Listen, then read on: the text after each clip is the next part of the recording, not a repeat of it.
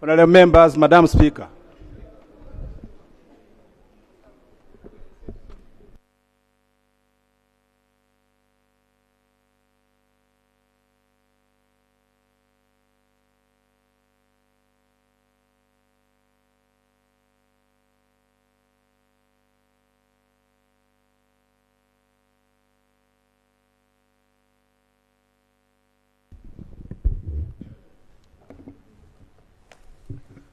Prayer.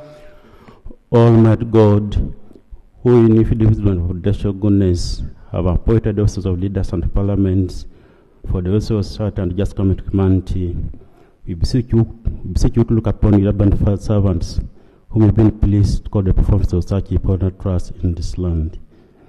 Let your blessing descend upon the assembled and grant that they may ask in your presence to eat and cause no matter that shall come at their deliberation is so just and fairly mannered, promote your honor and glory, and to advance the good of those whose interests you have committed their charge. Amen.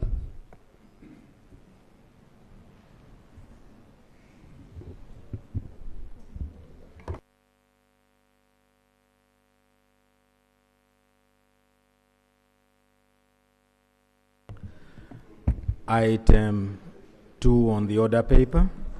Communication from the Chair. Honourable members, I want to welcome you to this afternoon sitting. Now on Wednesday, 30th July 2025, I urged all the committees to expedite all the work that is before them, for us to have business in the house, and for us to be able to give you time to go and do some politics. So I want to urge all the members whose committees have pending work, especially bills, to ensure that they bring the bills to the House so that we are able to create some time. We want to give them additional 2 weeks for them to come with the work in the House.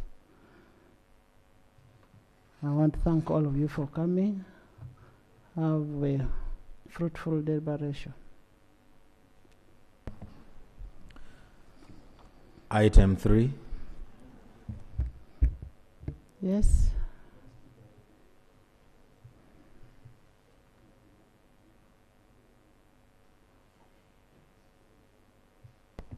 Thank you, Madam Speaker.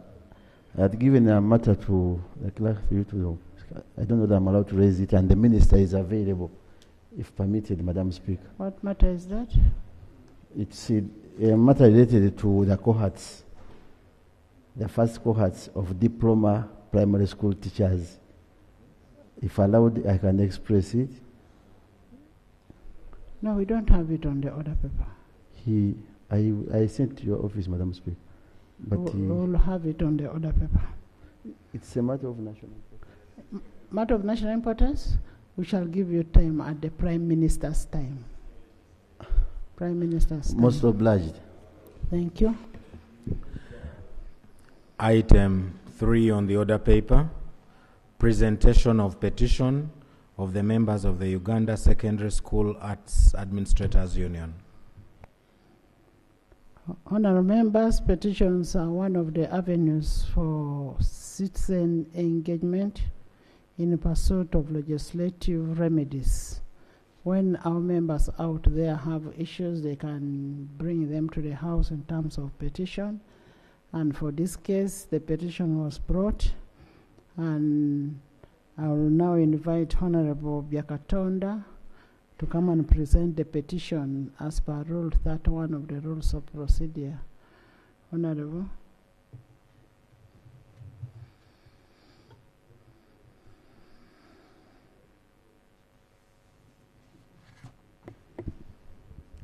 Thank you, Right Honourable Speaker, for according this petition an opportunity on the order paper. And right away, I beg to lay a copy of the petition. Please do. Right Honourable Speaker, some of the petitioners are represented and in the public gallery. And this is a very touchy matter. And right away, it's moved under Rule 30 of Rules of Procedure of the Parliament of Uganda. Right Honourable Speaker, the humble petition to the members of the Uganda Secondary Schools Arts Administrators Union. A correction, Rule 31. Rule 31, I beg your pardon. Was handed over to your office, and which received serious attention and referred for the process. And Right Honourable Speaker, I'm here to present the petition. And the swears and said that one, your humble petitioners are members of the Uganda Secondary School Arts Administrators Union, USAU, a body that represents interests of the arts administrators in secondary schools. Right Honourable Speaker. 2, your petitioners take cognizance of the discrimination in remuneration and the reward systems for science and arts administrators in secondary schools in the country. 3, your petitioners aver and contend that A, following the President's directive in 2021 to prioritize promotion and teaching of sciences, salaries for teachers of science subjects in secondary schools were enhanced, including salaries of administrators with a background in teaching science subjects. And I want to mention that recently, when the teachers of social humanities laid down their tools, His Excellency the President met them and has agreed to partial salary enhancements. But the head teachers and deputies who are at background were not actually handled under this. So the essence of the petition. B, while the enhancement of salaries for teachers of science subjects was done in good faith, the directive is discriminatory and has caused salary disparities between teachers and administrators of science and arts, which is unconstitutional. C, by letter dated 19th November 2024, signed by the Permanent Secretary for Ministry of Public Service, a revised salary structure for secondary school teachers, science teachers, and head teachers was issued to be salary scale U1 E for head teachers of science, and the science scale for deputy teachers U2. Hence, salaries were enhanced to ceiling 6.5 million for the head teachers who are science-based, and originally they were 2.3 million, 50,000 shillings. And then that of deputies was enhanced to 4.5 million from 1.7, 40,000 shillings respectively. D, the enhancement of salaries for science administrators left the arts teachers, head teachers and deputies at shillings 2.3, 50,000, and 1.7, 40,000 respectively, effective 1st July 2024, which is discriminatory, and yet they execute the same administrative roles and responsibility in the schools. E, both arts teachers and science administrators play a crucial role in delivering on the mandate of schools, and therefore such salary discrepancies cause discouragement, demotivation, and so forth of the arts teachers. 4, the petitioner states that on 22nd June 2018, government of Uganda entered into a collective bargaining agreement with all the public service unions in Uganda, including Uganda National Teachers Union and other teachers unions, which are under public service, which clearly indicated salary structures and pay targets for all public officers to be implemented over a specified period of time. 5, the petitioners further state that according to paragraph 2.3 of the collective bargaining agreement, the parties agreed that there would be no discrimination in pay and other terms and conditions of service. Despite the aforementioned clause in the agreement, on the 24th of August 2021, it was announced that Cabinet had resolved to enhance salaries of scientists, which decisions being implemented despite significant displeasure and demotivation from the non-science actors in our schools. 6, the petitioners further submit that implementation of the above decision has caused strife, discontentment, demotivation, and division among the members of the labor force, and might ultimately affect service delivery for quite a long time. Now, therefore, Right Honorable Speaker, Yambo petitioners pray that the government, 1, establishes a sustainable salary enhancement plan for both arts and education administrators. 2, government implements the salary enhancement plan in line with Article 40, 1B of the Constitution of the Republic of Uganda and the other conventions of ILO, which provides for ensuring equal payment for equal work without discrimination. Prayer number 3, Your Right Honorable Speaker, government engages with the public service unions who are key stakeholders in the matter through negotiations, consultations, and participation.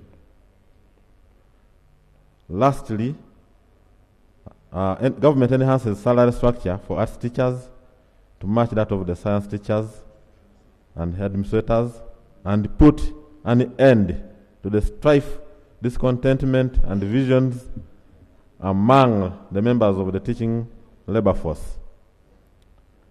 And you humble petitioners, the Right Honorable Speaker and honorable colleagues, have duly appended their signatures all over the country, and they beg that this matter be handled, because they actually, patriots who don't want to lay their tools down to disorganize the systems and education in Uganda. I submit, Right Honorable Speaker. Thank you, Honorable Biakatonde. Thank you for the petition. Honorable members, pursuant to Rule 31(7) of the Rules of Procedure, the petition stands referred to the Minister of Education and Sports for quicker response. Item 4 on the order paper. Proceed on what? Please. Thank you, Madam Speaker. We have had this petition and this matter for several times, and the people who have failed to handle it are the ministers, including the Minister of Education, because they're the ones who initiated the difference between science teachers and us teachers. So, wouldn't it be procedure okay, Madam Speaker, with these 5 years you have led this institution, you give us a last blow to the Committee of Education and the Minister of Finance, plus all relevant ministries, public service, to exhaust this matter once and for all.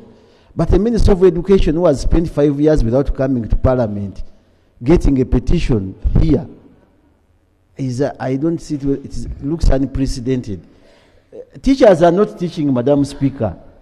They might be telling ourselves lies that there is teaching in the class, but there is going to school, but there is not teaching because there is discrepancy in salaries. And Honorable Miyingo knows that better than, like me, by the way, because both of us are teachers. So my procedure matter is whether it would be procedure okay. This matter goes to the Committee of Education and the Committee Finance, Public Service, because there is evidence adduced by government that they are going to pay them, but they have failed. But sending it to the minister, he's here. He's here. Can I making teachers suffer. Honorable Sewongo, can I ask you a question? Does the rules allow or give the latitude to the Speaker to send the petition to the minister? Does it?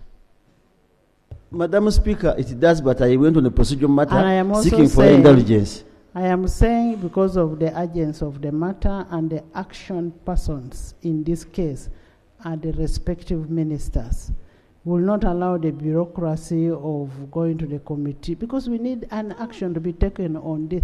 Can you sit? You are flogging the dead horse. You cannot say there's I have referred the case to the Minister of Education and Sports, and we need a feedback. You've heard the prayers of the petitioners. We need this matter to be put to rest as soon as yesterday. Thank you. Item 4 on the order paper. Motion seeking leave of Parliament to introduce a private member's bill, the Environmental Practitioners Bill. Honourable members, the right of a private member is to initiate bills as enshrined in the Constitution of the Republic of Uganda under Article 94(4)(b) of the Constitution, and pursuant to Rule 127 and 128 of the Rules of Procedure, I will invite Honourable Jara Mapendus to move a motion seeking leave.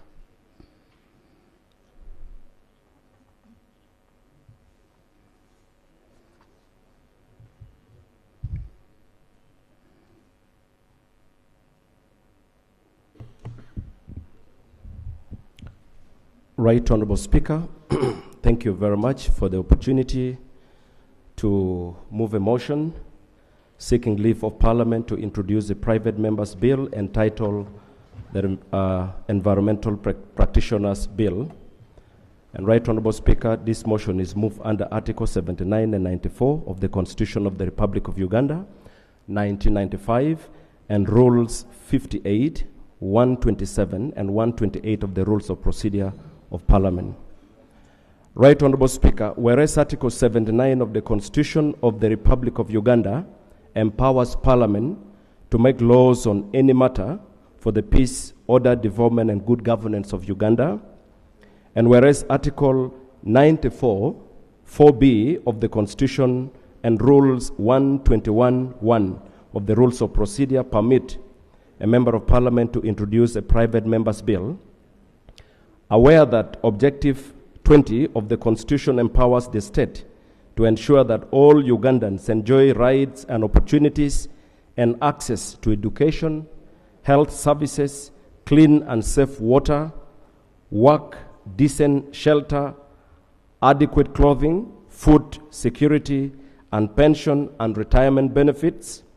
Further aware that Article 42 of the Constitution gives every person in Uganda the right to practice his or her profession and to carry on any lawful occupation, trade, or business. Concerned that environmental management is a critical pillar for sustainable development, public health, biodiversity conservation, and climate change mitigation and adaptation in Uganda, noting that there is currently no comprehensive legal framework in Uganda for the regulation, accreditation, licensing, and professional conduct of environmental practitioners, resulting in uncoordinated and at times substandard professional practices. Cognizant that the regulation of environmental practitioners is essential to ensure competence, ethical conduct, professionalism, and accountability in the environmental sector, and to align with regional and international best practices. Now, therefore, be it resolved by Parliament that this August House grants me leave to introduce a private member's bill entitled Environmental Practitioners Bill, a draft of which is hereto attached, and do order the publication of the said bill in preparation for its first reading. I beg to move. Thank you. Is the motion seconded? Seconded by Azar, Rose, William, Isingiro, Omara, Alanyo, Ivanda, Nekesa, Dr. Noro, Honorable Sumani, Isodo, Dr. Emily, Buheshu. I've already talked about Richard, Ojok, Nyenroha, Honorable Nyenroha, and Dr. Emily. Thank you. Would you love to speak to your motion? Just file your motion, just briefly. Right Honorable Speaker, just as I made it clear, the Constitution of the Republic of Uganda 1995, under Article 42, guarantees every person the right to practice his or her profession or to carry on any lawful occupation. Right Honorable Speaker, the absence of a regulatory framework. Currently, Uganda lacks a specific law that governs the registration, licensing, and regulation of environment practitioners. And as a result, the profession operates without a harmonized code of ethics, minimum standards of training and practice, or formal oversight. And this regulatory vacuum, Right Honorable Speaker, poses risk to environmental integrity, public health, and national development goals.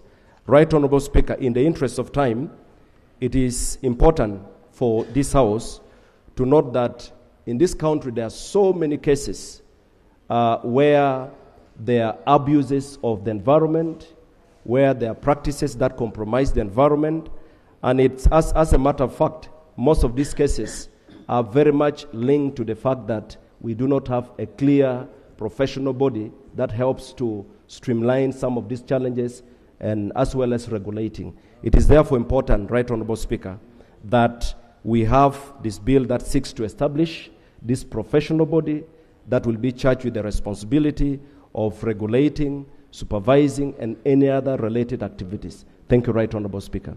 Thank you. The seconders, Honorable Benji. Wanzala, not Wanzala. Okay, Richard.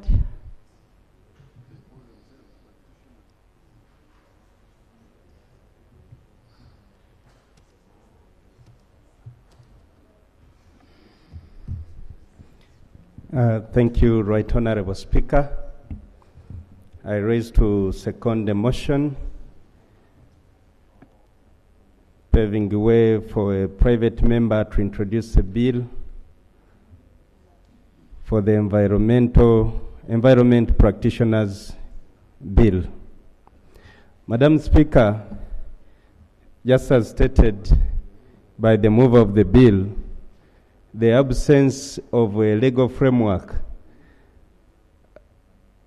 that creates even a body that will manage the practice of practitioners in this sector has led to many challenges. And looking at the developments that are happening and the changing environment, it's just important that we have this bill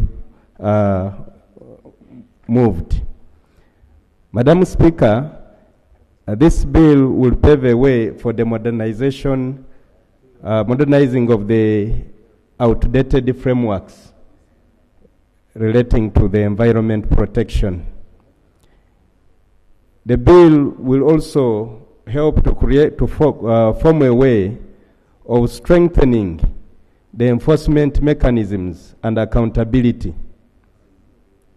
The biggest concern is the lack of oversight over the practitioners in the environment sector.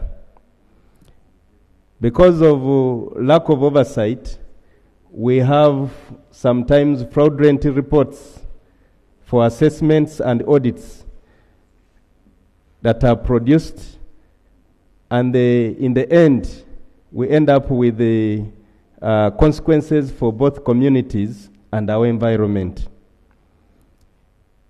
It is very important, Madam Speaker, that we have this bill in place so that we will be able, as a country, to monitor the practice of the environment practitioners.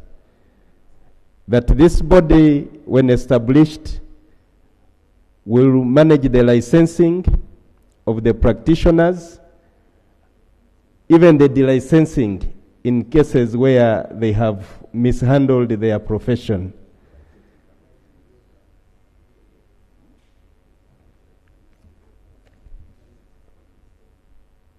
Thank you so much, Madam Speaker.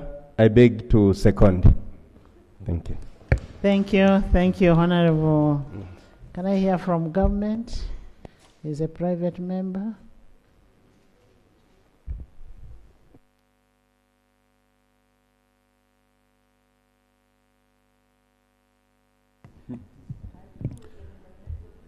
Madam Speaker and the honorable colleagues, we have the National Environmental Management Authority Act, which actually provides for regulation of the environmental practitioners. And at the moment,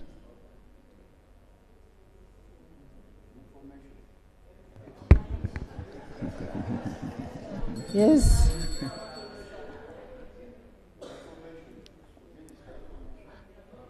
Information. Okay.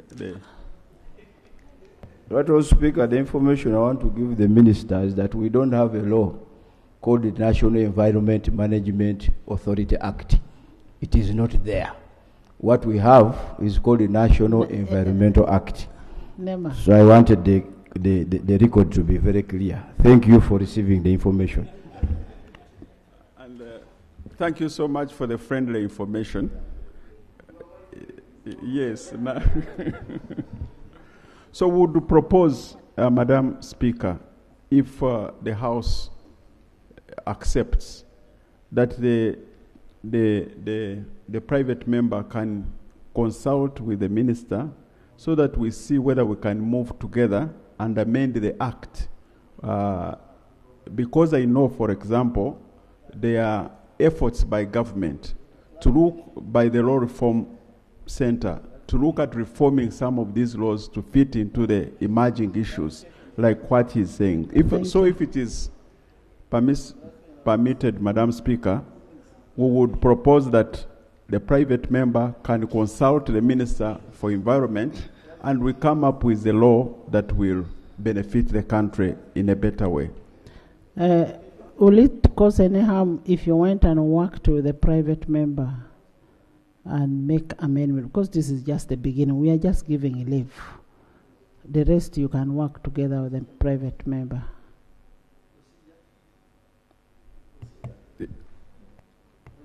Madam Speaker, we can work with the private member once the leave has been given. Thank you. Then we come up with a very reformed piece of legislation. Thank you. I now put a question that Honorable Jara Mapinduzi, MP Baralege, Laipi Division, Gulu City, be granted leave to introduce a private member's bill entitled Environmental Practitioners Bill. Those in favor say under control nay.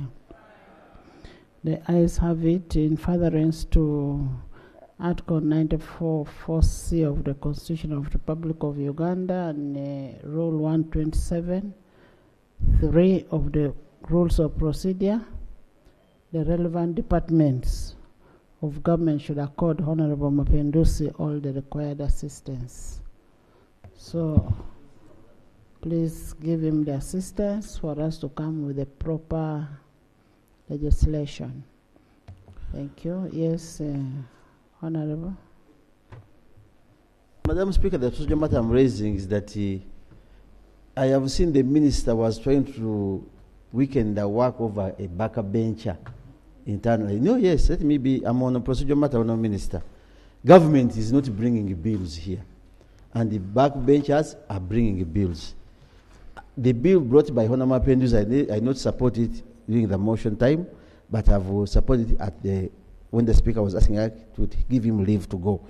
So would it be procedure okay for this Honorable Minister to always be careful before he brings issues to other bills? It takes time to first internalize bills brought by other members of the backup bench who are doing work of government instead of them, Madam Speaker. You don't have bills here. Yes, Honorable Minister. Just to clarify, the Honorable Seungu knows that where I support private members' bills.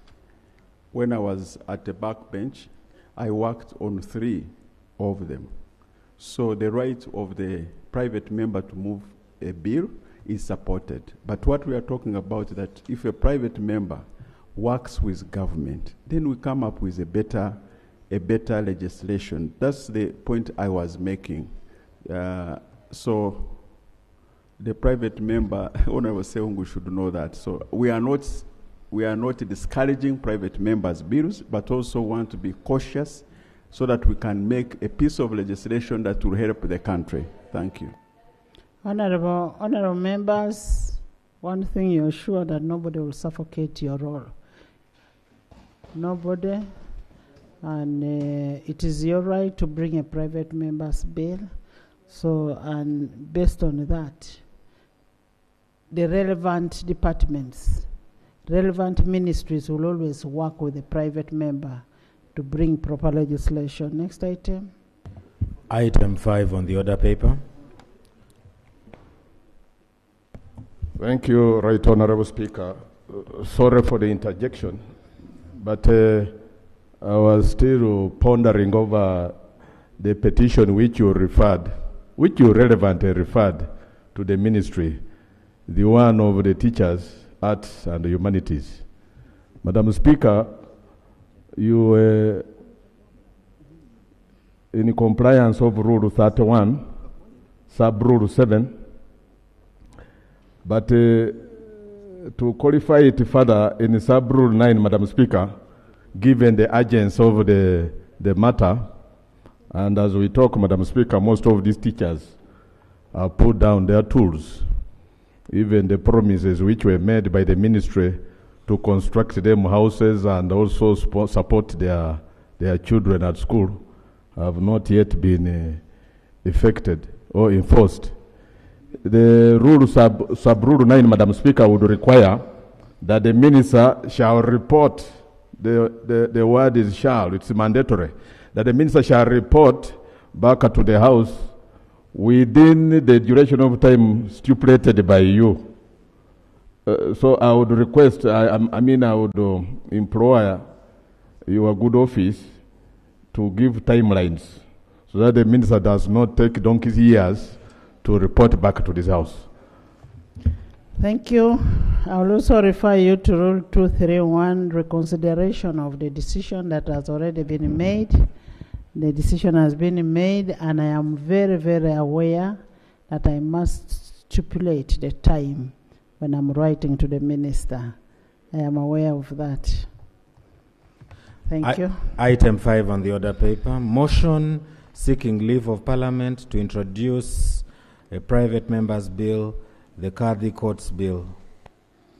Honorable members, as I earlier on stated at the previous item, the right of a private member to initiate a private bill is granted under Article 94(4)(b) of the Constitution and Rule 127.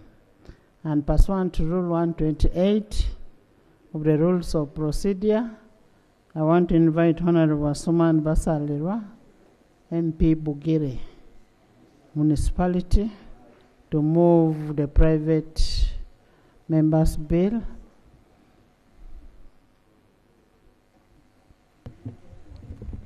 Honorable Speaker, I want to thank you for this opportunity. Honorable Speaker, before I move the private member, the motion, I want in a special way to state that the Muslim community in this country did approach you at the Iftari dinner that you hosted here. And this is a matter that they brought to your attention. And Right Honourable Speaker, you undertook in their presence to have this Parliament consider this matter. I am glad that since the enactment of the 1995 Constitution, it is this Parliament that you are chairing that is considering a Khadi Courts Bill, a matter which is entrenched in our Constitution. So I thought that would be on record, because the Muslim leaders in the country, Right Honourable Speaker, as you'll be informed, are already here, led by the Director of Sharia, Dr. Ziad Rubanga, over there. Director and your team, kindly just stand up for us to see you. You're most welcome, the Muslim leaders, and join me in welcoming the Muslim leaders. Welcome, welcome to Parliament of Uganda. Yes. Right Honourable Speaker, this is a motion seeking leave of the House, brought under Rules 127 and 128 of the Rules of Procedure of Parliament. Right Honourable Speaker, whereas Article 79 of the Constitution of the Republic of Uganda, 1995, empowers Parliament to make laws on any matter for the peace, order, development and good governance of Uganda, and whereas Article 94, Clause 4 of the Constitution and Rules 127 and 128 of the Rules of Procedure of Parliament permit a Member of Parliament to move a private member's bill, noting that Article 126, Clause 1 of the Constitution provides that judicial power is derived from the people and shall be exercised by the courts established under the Constitution in the name of the people and in conformity with the law and the values, norms, and aspirations of the people, cognizant that Article 129, 1 of the Constitution, establishes courts of judicature, including the Supreme Court of Uganda, the Court of Appeal, the High Court, and empowers Parliament to create, by law, subordinate courts, including Khadi courts, to handle matters of marriage, divorce, inheritance of property, and guardianship under the Muslim faith, concerned that in spite of this constitutional requirement in Article 129 1D of the Constitution, Parliament has not given full effect to that constitutional provision through enacting a specific legislation to establish Khadi courts. Now, therefore, be it resolved that Parliament grants me leave to introduce a private member's bill entitled the Khadi's Courts Bill, a draft of which, Right Honourable Speaker, is attached here too. Right Honourable Speaker, I beg to move. Thank you. Is the motion seconded? Seconded by Hajat Sarah.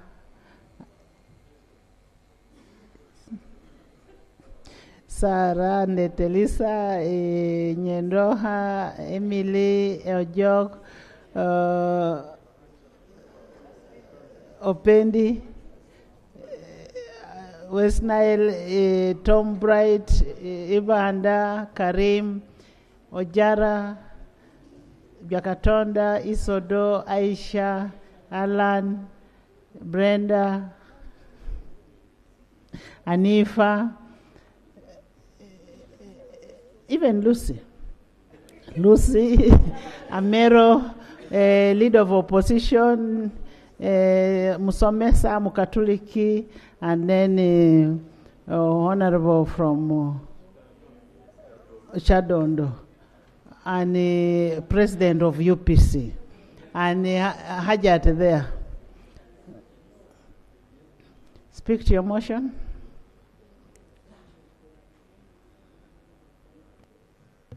Right Honourable Speaker, I want to thank you. Actually, Zama also, yes. Right Honourable Speaker, I want to thank you, and I want to thank the House for the gesture exhibited today. Right Honourable Speaker, as I had already indicated, the Constitution of the Republic of Uganda establishes courts of judicature, including Khadi courts. However, Right Honourable Speaker, up to today, there is no specific law operationalizing the Constitution to establish those courts in Uganda, and yet there is evidence to show that Khadi courts are being operated informally and are playing a crucial role in the justice system for the Muslim community. Right Honourable Speaker, across Uganda, several cases related to family disputes among Muslims have been decided in informal Khadi courts. Therefore, Right Honourable Speaker, considering that various Muslim communities prefer Khadi courts as they are convenient and accessible to obtain justice and manage the escalating issues arising from family, marriage, and disputes in the Islamic faith, it is imperative that Parliament and the country considers adopting Khadi courts. Right Honourable Speaker, the concept of Khadi courts is not new in Uganda. It appeared in the 1955 Mohammedan law. Unfortunately, moving forward, there has not been effort to ensure that those courts have grounding as per the Constitution. Related, Right Honourable Speaker, Uganda would not be the first country where minorities have specialized courts to deal with matters of Muslim personal law. Our neighboring country here in Kenya, despite having minority Muslims, they have Khadi courts to deal strictly with matters of what we call Muslim personal law. The same happens in South Africa, in Tanzania, and other jurisdictions. That one, Speaker, therefore, they need to streamline, integrate, and empower the courts to work in the interests of justice and rule of law, recognizing that Uganda is a secular state, but is increasingly recognizing the legality of Khadi courts and has on several occasions upheld decisions that are based on Sharia. Right Honourable Speaker, the case of Sumaya Nabawanuka versus Medi Makumbi, divorce case number 39 of 2011, Justice Kainamura highlighted Article 29 of the Constitution and confirmed the need and legality of Khadi courts, holding that a divorce matter decided by the Khadi court at the Uganda Muslim Supreme Council was res judicata, having been heard and determined by the competent court. The same reasoning, Right Honourable Speaker, has been applied in other cases. Unfortunately, Right Honourable Speaker, in the absence of a law operationalizing the Khadi courts and the application of Sharia, there is a concern that Islamic law is being applied by persons who may not fully appreciate the intricate nature of disputes and their resolution under Sharia. Right Honourable Speaker, I also want to remind this House that when we are passing the law on succession, I did bring to the attention of this August House that the law of succession had omitted provisions related to succession under the Muslim law as envisaged by the Constitution. And at that time, there was a commitment from government that that lacuna would be addressed by having a specific law to address matters related with Muslim personal issues. I therefore think, Right Honourable Speaker, that the time is now for this Parliament to consider having a Khadi courts in Uganda. Right Honourable Speaker, finally, and for the record, I want to mention that the record should capture that Honourable Masaba Karim is one of the seconders of this motion, is replacing Honourable Idi Sabirie, who is hosting my colleague in Mayuge. So he's not here. So Honourable Masaba Karim. Colleague who? Which colleague? Mr. Museveni, fellow party leader. So Honourable Idi Sabirie is hosting him in Mayuge. So he's not here. He's been replaced by Honourable Masaba Karim, who will speak to the motion.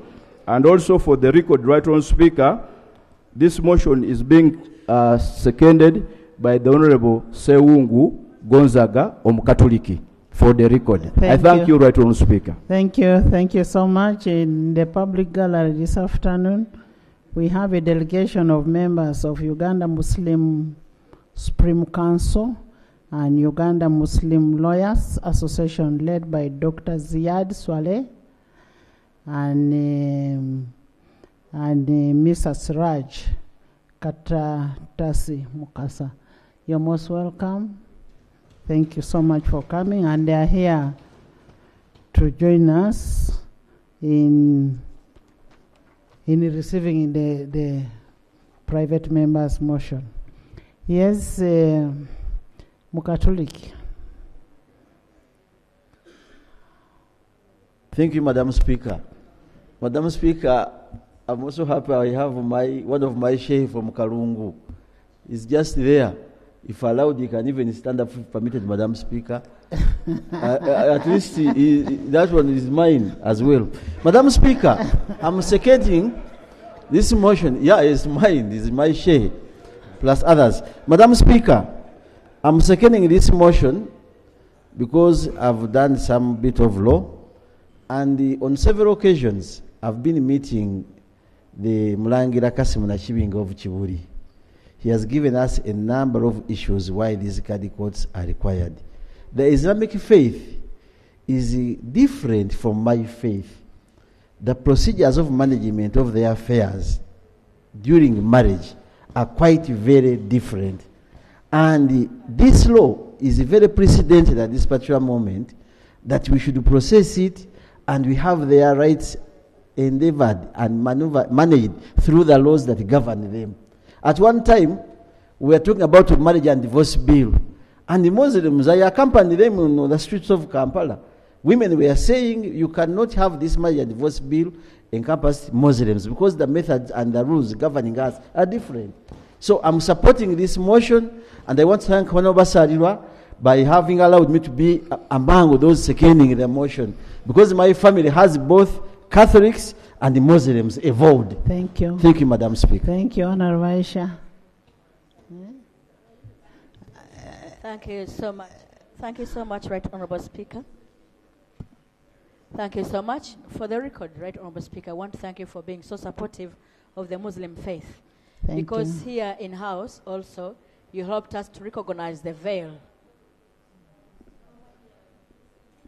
I'm doing my best. It is the microphone that has a problem. Hajat, come and speak from here.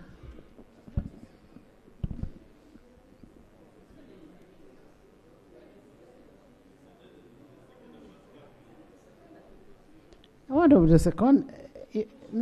Now you're teaching me what to do. The seconder is Ajat, Melissa, and Karim. Thank you so much, Right Honorable Speaker. For the record, I would like to begin by thanking Right Honorable Speaker for being so much supportive of the Muslim faith. We had a bigger problem with government recognizing the veil. My passport, as it stands, I was forced to remove the veil. When I came here and presented the matter, you helped us to put government to task to explain why they were unveiling us, and finally, they allowed the Muslim women to put on the veils. We commend you for that. About this one, we also thank you for allowing this come see the light of the day, because the struggle for Khadi court is been on for a very long time. And I hope Honorable Bahati David will not come and say, leave it to us as government, because we have tried severally, and government every time has been saying, we are working on it. I should remind House that in 2013, on breaking fast, one of the meals we offered the Muslims, government committed itself that they were working on it, that even a white paper had been promised. So many years have passed, it has not been able to see the light of the day. So I pray that Honorable Bahad does not come and say, please let us join you, leave us work on this law so that the Muslims will be helped. Having said that, Right Honorable Speaker, the 1995 Constitution was made out of a very extensive consultation. And it was out of that consultation that the article that is talked about in the Constitution was put in. 30 years down the road, the aspirations of the Muslims have not been realized. That's very unfortunate. We are still hopeful that we shall be able to gain this little one from the NRM government before the NRM ceases. That's good news to hear. Right Honorable Speaker. Ajat, of course, this is not politics aside. What we need is the law. We need the law. Right Honorable Speaker. Politics aside, we need the law. And NRM is one party that loves Muslims. Right Honorable Speaker. Listen. Politics aside, let's legislate without putting politics in it. And NRM is not about to cease. It is still there. It's okay, Right Honorable Speaker. I was only saying. Can you second the motion and we move on? Yes. And I am saying the Muslim faith will be happy to see this come to true while the NRM is still living. Let me remove the word cease to living. And Right Honorable Speaker, I would like to say, like my colleague said, that informal courts are now operating. It is only the law that can guide these informal courts. Because now there is no guidance on who sits on that court, on the constitution of the courts, and also on the qualifications of the courts. It is such a law that will give such guidance. And also, failure to have a law denies us the right to use judgments of our courts into higher courts. So it is so important that we get the Khadi court be recognized. Secondly, Right Honorable Speaker, we know people have studied Sharia law for bachelor's law and also for master's law. If we put this court, it will be uneven for employment. You know we have an employment problem. People have studied and for years they're looking for an opportunity to practice.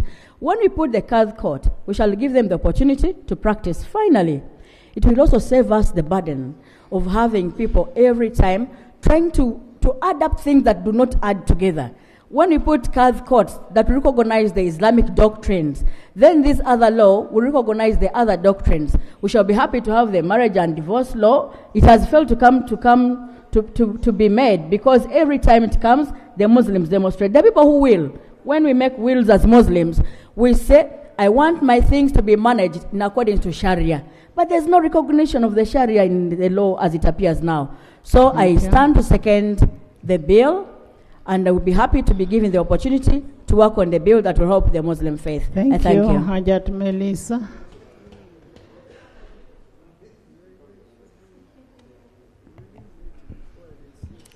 Thank you, Right Honorable Speaker and honorable members.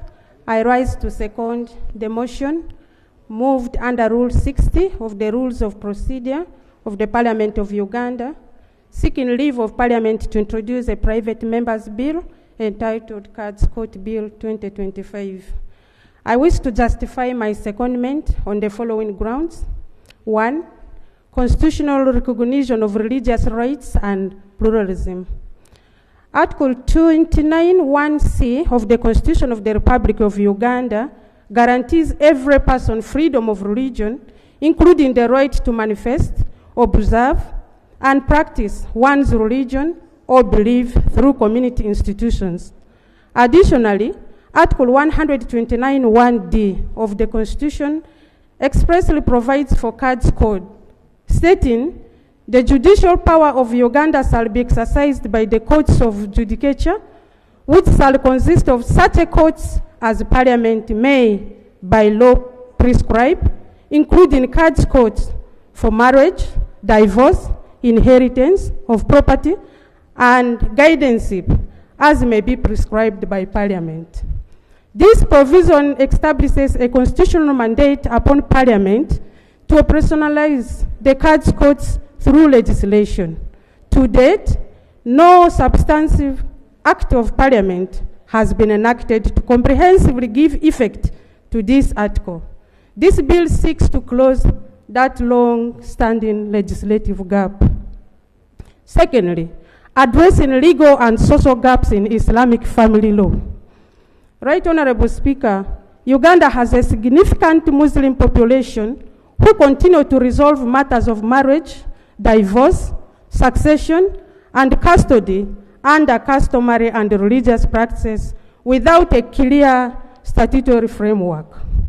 The lack of a legal, recognized, and structured Cards Court system has led to inconsistent decisions in personal law matters, conflicts between civil and religious adjudication systems, difficulty in enforcement of card decisions, and legal uncertainty for many Ugandan Muslims, particularly women and children. The proposed Cards Court Bill 2025 will provide uniformity, transparency, and legal certainty by defining jurisdiction, procedure, structure, and appeals within any Islamic family law framework. Thirdly, promotion of access to justice and cultural autonomy. By recognizing Cards Courts in law, Parliament will be advancing access to justice in a culturally relevant and constitutionally permitted manner for Muslims. This is in line with Article 37 of the Constitution, which provides that every person has a right, as applicable, to belong to, enjoy, practice, profess, maintain, and promote any culture, cultural institution, language, tradition, creed, or religion in community with others. This bill supports cultural and religious self-determination while aligning with national judicial architecture and human rights norms. Fourthly, precedent and legislative competence. Parliament has in the past passed legislation operationalizing specialized courts such as the Legal Counsel Courts Act, Judicature Rules, and the Children's Act provisions on family and juvenile courts. Therefore, passing a law to operationalize Cards Courts under the authority of Article 129(1)(d) is well within the legislative competence of this House and consistent with Uganda's pluralistic legal system. Fifthly, enhancing harmony between state and religious justice systems. Rather than create parallelism or conflict, the Cards Code Bill will establish a framework for coordination between civil and religious adjudication with defined limits, procedural safeguards, and oversight, especially in sensitive areas like custody and succession. This will reduce litigation in mainstream courts, decongest the judicial system, and strengthen community-level conflict resolution mechanisms in line with Uganda's justice, law, and other sector goals. Right Honorable Speaker and members, in conclusion, it is in the spirit of constitutionalism, legal reform, cultural inclusion, and access to justice that I support this motion and respectfully urge the House to grant leave to the Honorable Member to introduce the Cards Court Bill 2025 as a private member's bill. I beg to second. Thank you, Honorable Karim. Just briefly. Thank you very much. Thank you very much, Right Honorable Speaker. And I want to take this opportunity to second the motion as well, and to welcome our Muslim leaders from Uganda Muslim Supreme Council. I've seen some of my voters from Mbale, and I've also seen my former teacher from Chibuli SS, Haj Siraj Katantazi. With your permission, maybe he could stand up, because Haj Siraj, yes, he taught me at Chibuli SS, and I believe he's proud of me, seeing that I'm presenting or seconding this matter today. Right Honorable Speaker, I would like to thank you very much for the support you've been giving and you're giving to the Muslim community, because I believe this law will not see the light of the day if you're not supportive, or would not see. We've seen several other laws that you've been supportive, like the law on Islamic banking, which this parliament did pass. We are very, very grateful. Right now we are dealing with the mortgage refinancing, which will help still our people, the Muslims, access mortgage for cheap housing without paying interest. So we are very grateful. Thank you very much. Back to the law, Right Honorable Speaker and members, this law, in particular, I'm looking at the aspect where it's coming in to design fair and equitable distribution of assets or the estates of deceased members of our community. We've had very many challenges in Uganda, particularly when, for example, you've seen prominent Muslims who have passed on. I wouldn't want to put the names on record, but you've seen what has been happening. It has been all over media, it has been in news, yet in Kenya we've not had similar incidences, because there has been this kind of law to protect and see how to evenly distribute the assets of a deceased person. When you look at Surah Al-Nisa in the Holy Quran, it outlines how or which percentage is supposed to be taken by who on the deceased. So I think there is a fixed formula that will come to solve these kinds of problems. Our secular courts, yes, they've not been handling these matters quite well, because they are not probably well trained in Sharia, and they do not have the knowledge on Sharia and how who should be taking what percentage, because the Quran states there is the fixed share, who are the priorities to benefit from someone, the children, the spouse, and the parents. These should be the priorities. But we've seen cases where uncles have come and they have tried to grab property that is supposed to be taken by the children. So I believe this is going to come and solve a very huge gap and crisis that we are having in Uganda. And with those remarks, I do support, and I hope that this will see the light of the day and the bill will pass as soon as possible. Thank you very much. Right on the speaker. Thank you, honorable members, for moving the motion and seconding the motion. And I want also to bring this to you. We are talking about establishment of a Khadi court and equipping it, which may have an effect on Article 93, but I want to request the government, much as it may have an effect on Article 93, on the restriction of financial matters, in the circumstance, you will have to work with the private member and see how you handle it. Yes.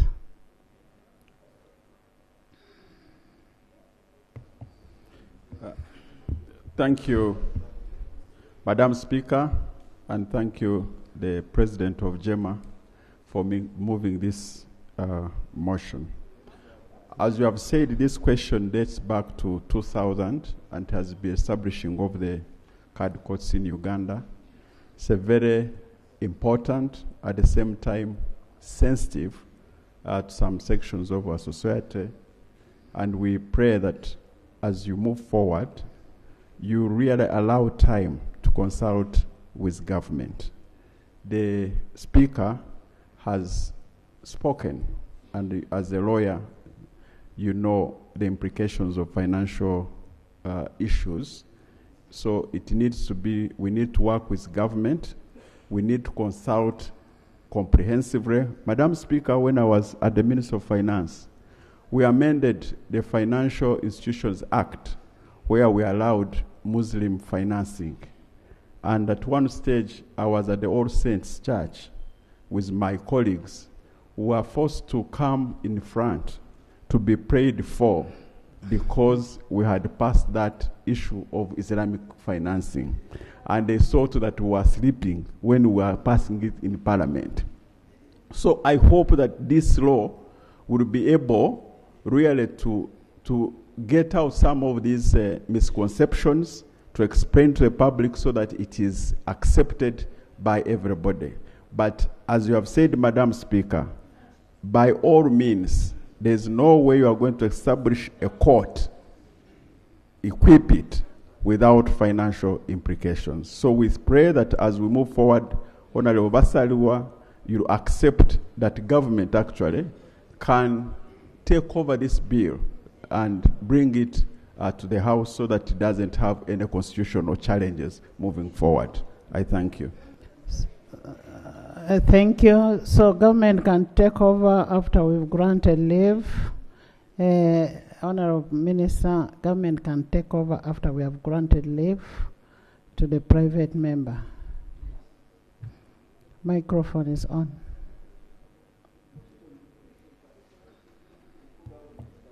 Yeah, No.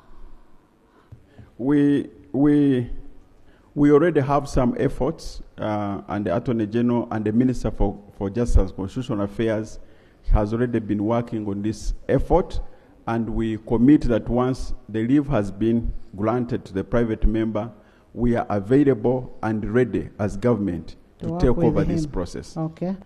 I now put a question that Honorable Suman Basalira, MP of Bugiri Municipality, be granted leave to introduce a private member's bill, the Khadi Courts Bill 2025. Those in favor say the contrary nay. The ayes have it. We will request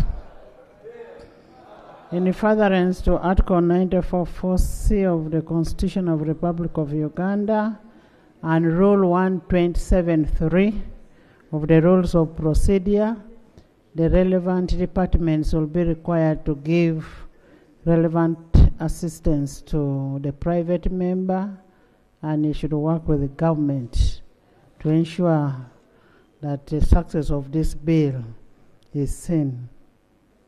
Thank you. Honorable members in the public gallery, this afternoon we have pupils and teachers from Ebenezer Junior School in Wakiso. Where are you? Welcome. They are represented by Honorable Medat Segona and Honorable Naluima Ethel. You're most welcome. Thank you for coming. Join me in welcoming them. Please have a seat. Item 6 on the order paper. Motion for adoption of the report of the Committee on Government Assurance and Implementation on the status of implementation of the assurance to upgrade, rehabilitate, construct, and equip health facilities in local governments, install CT scans, oxygen plants, and ICU equipment. Our Muslim community, thank you so much for coming. This is your home, Parliament of Uganda, and you're always welcome. This is a people-centered parliament. Thank you. Thank you, Right Honourable Speaker. Right Honourable Speaker, about a week or two ago, there was a school that was taking pupils to visit. I don't know where they were going. But the children, the school bus got an accident, and I think one of the children even passed on. 2 children passed on.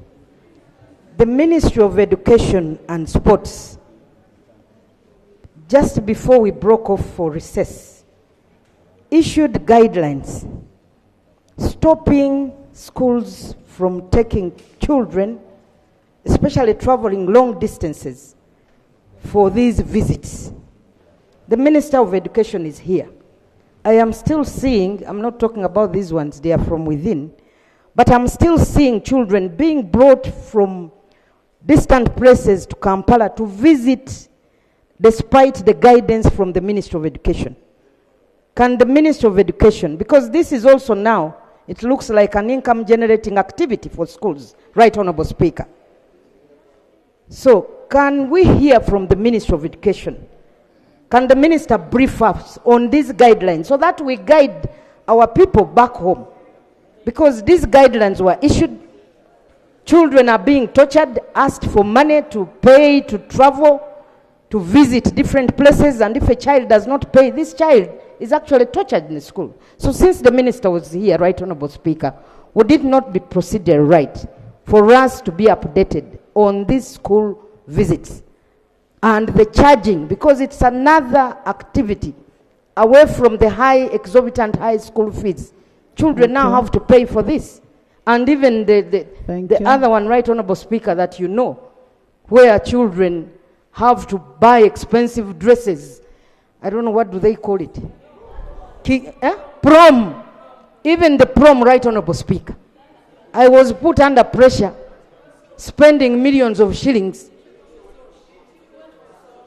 We didn't have those kinds of things. So, no, we didn't have them. We just used to have Honorable Sarah. functions. So, can we hear from the Minister? Honorable Sarah. Honorable Sarah. Honorable members,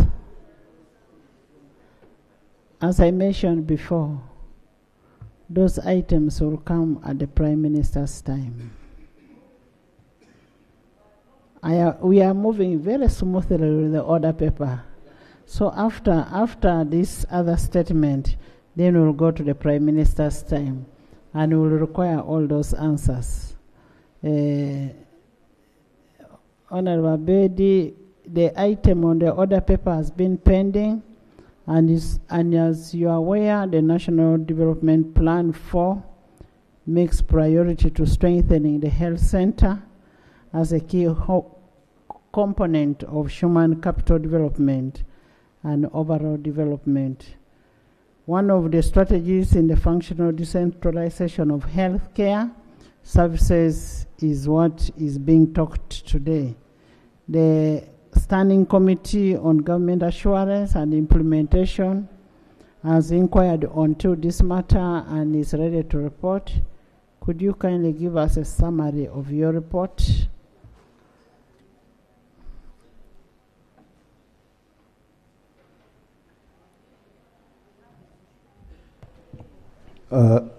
Thank you, Right Honorable Speaker.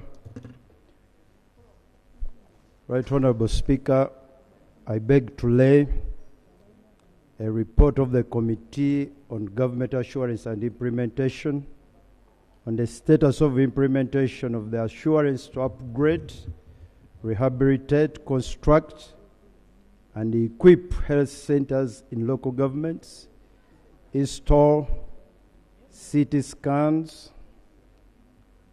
oxygen plants, ICU equipment in all regional referral hospitals. I beg to lay the report, minutes attached, and the annexes. I beg to lay, Right Honorable. Honorable Minister, kindly don't go. We have a number of questions for you.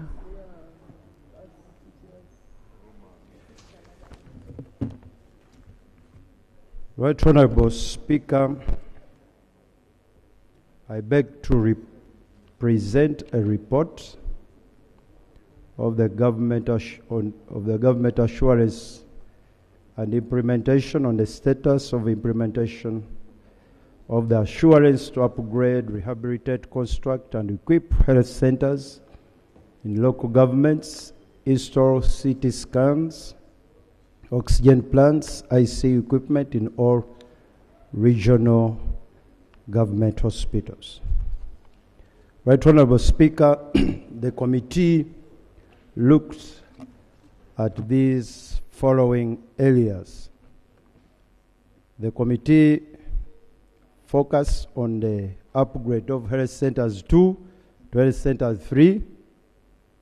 The committee looked at the construction of new health center 3s, equipping of the upgraded health centers and newly constructed health centers 3, recruitment of health workers in upgraded health centers and newly constructed health center 3.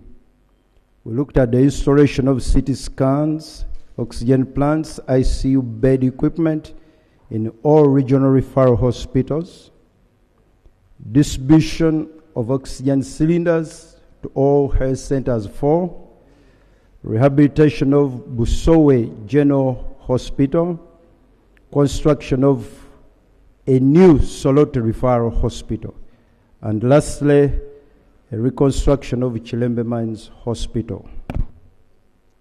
Right Honorable Speaker, the report is available, so I'm going to go straight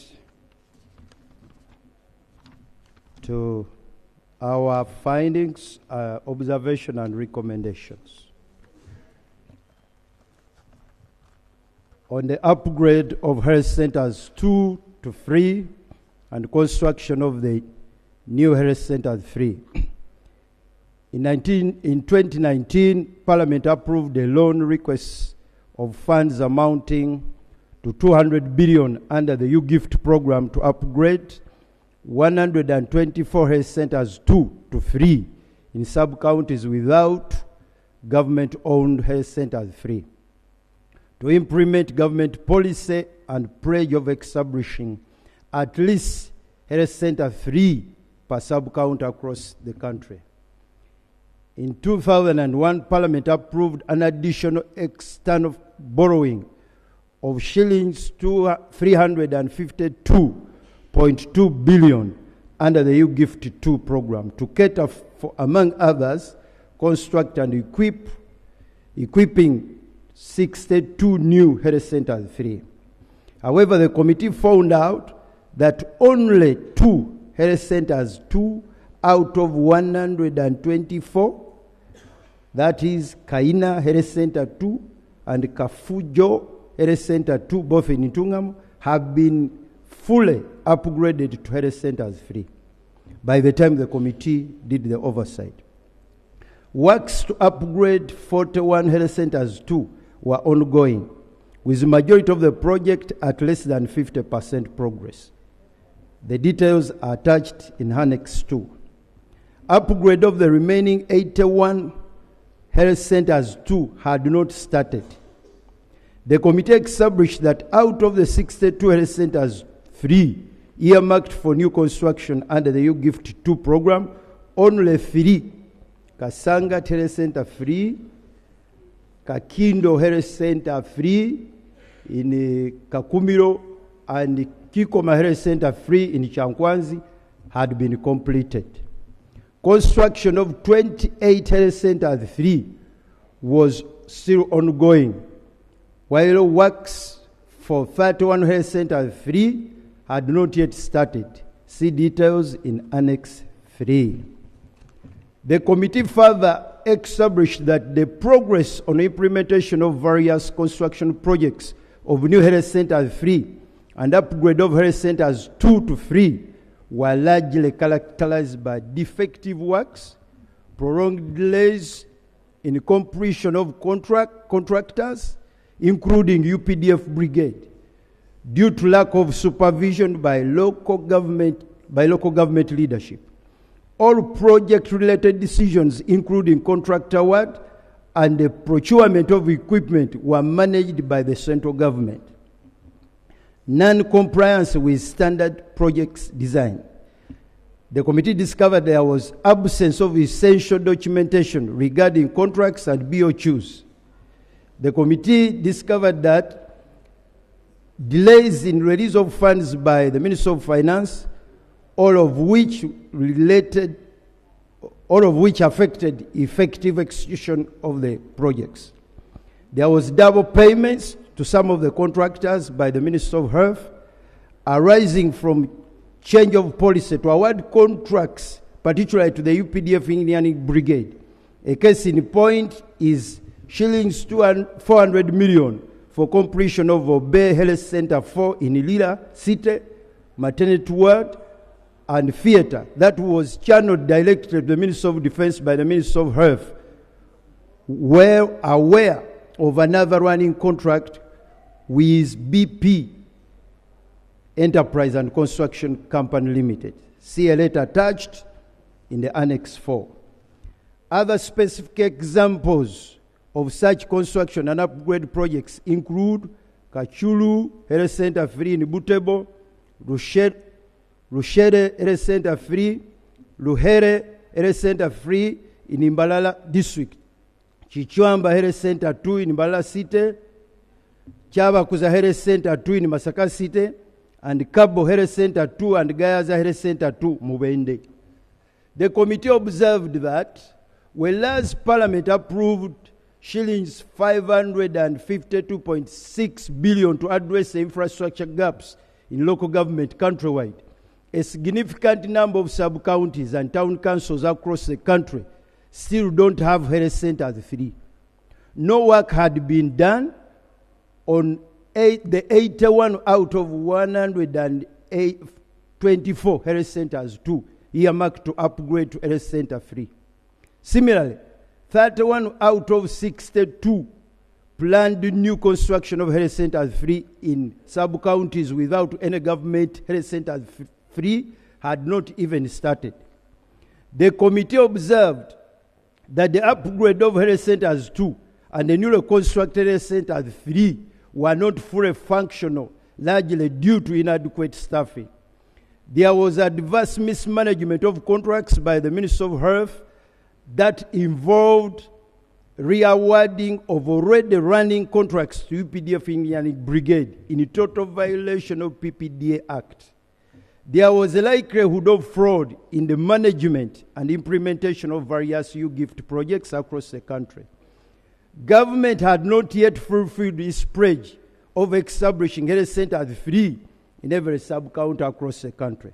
The committee recommends, number one, the Office of the Auditor General should carry out a forensic audit into the implementation of U-Gift 1 and 2 projects under the health sector, with specific focus on the upgrade of health centers 2 to 3 and construction of the new health centers 3, to determine whether there was fraud and report to Parliament within 6 months from the time this report is adopted.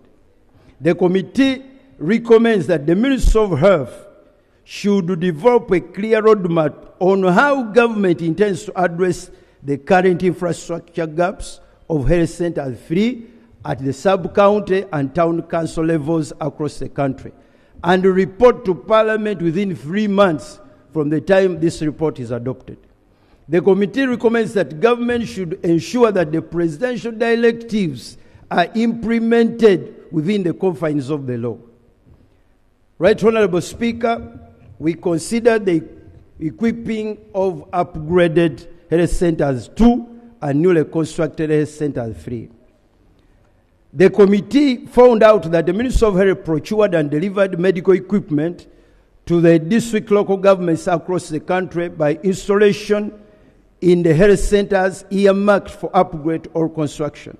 However, in a number of instances, the medical equipment was delivered to health centers prior to the completion of the projects, which exposed the equipment to the risk of gross mismanagement. See attached Annex 5. In other instances, the Minister of Health delivered medical equipment to health facilities which did not have the required staff in place. Some of such cases include Charwa Charwa Buganda Health Center 2 in Mbalala City, recently upgraded to Health Center 3 and partially equipped, but was operating with only 2 staff, a registered nurse and an enrolled midwife, out of the staffing level of 55. In Chitabazi Health Center 2, Masaka City, also recently upgraded to Health Center 3 and fully equipped, but was still operating as Health Center 2 due to inadequate of medical staff. Anyangatira Health Center 3 in Lira, with new infrastructure in place, but the facility had only 1 medical personnel on the ground providing all services, including maternity services. In Chichuru, Health Center 3 had partial equipment delivered, but had no personnel to operate them. The committee observed that the Ministry of Health procured and delivered medical equipment to incomplete health centers, and all without the required medical staff, which rendered such equipment redundant and at high risk of misuse and vandalism. The committee recommends that the Ministry of Health should call out an inventory of all the medical equipment procured and deliver to the various health centers and report to Parliament within 3 months from the time this report is adopted.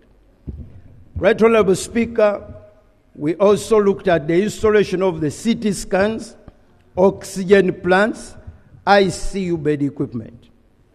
The installation, the committee was informed that government procured and delivered and installed 15 functioning CT scan machines in 14 regional referral hospitals and Bombo General Military Hospital, including 1 magnetic resonance imaging, that MRI machine in Mbalala Regional Referral Hospital.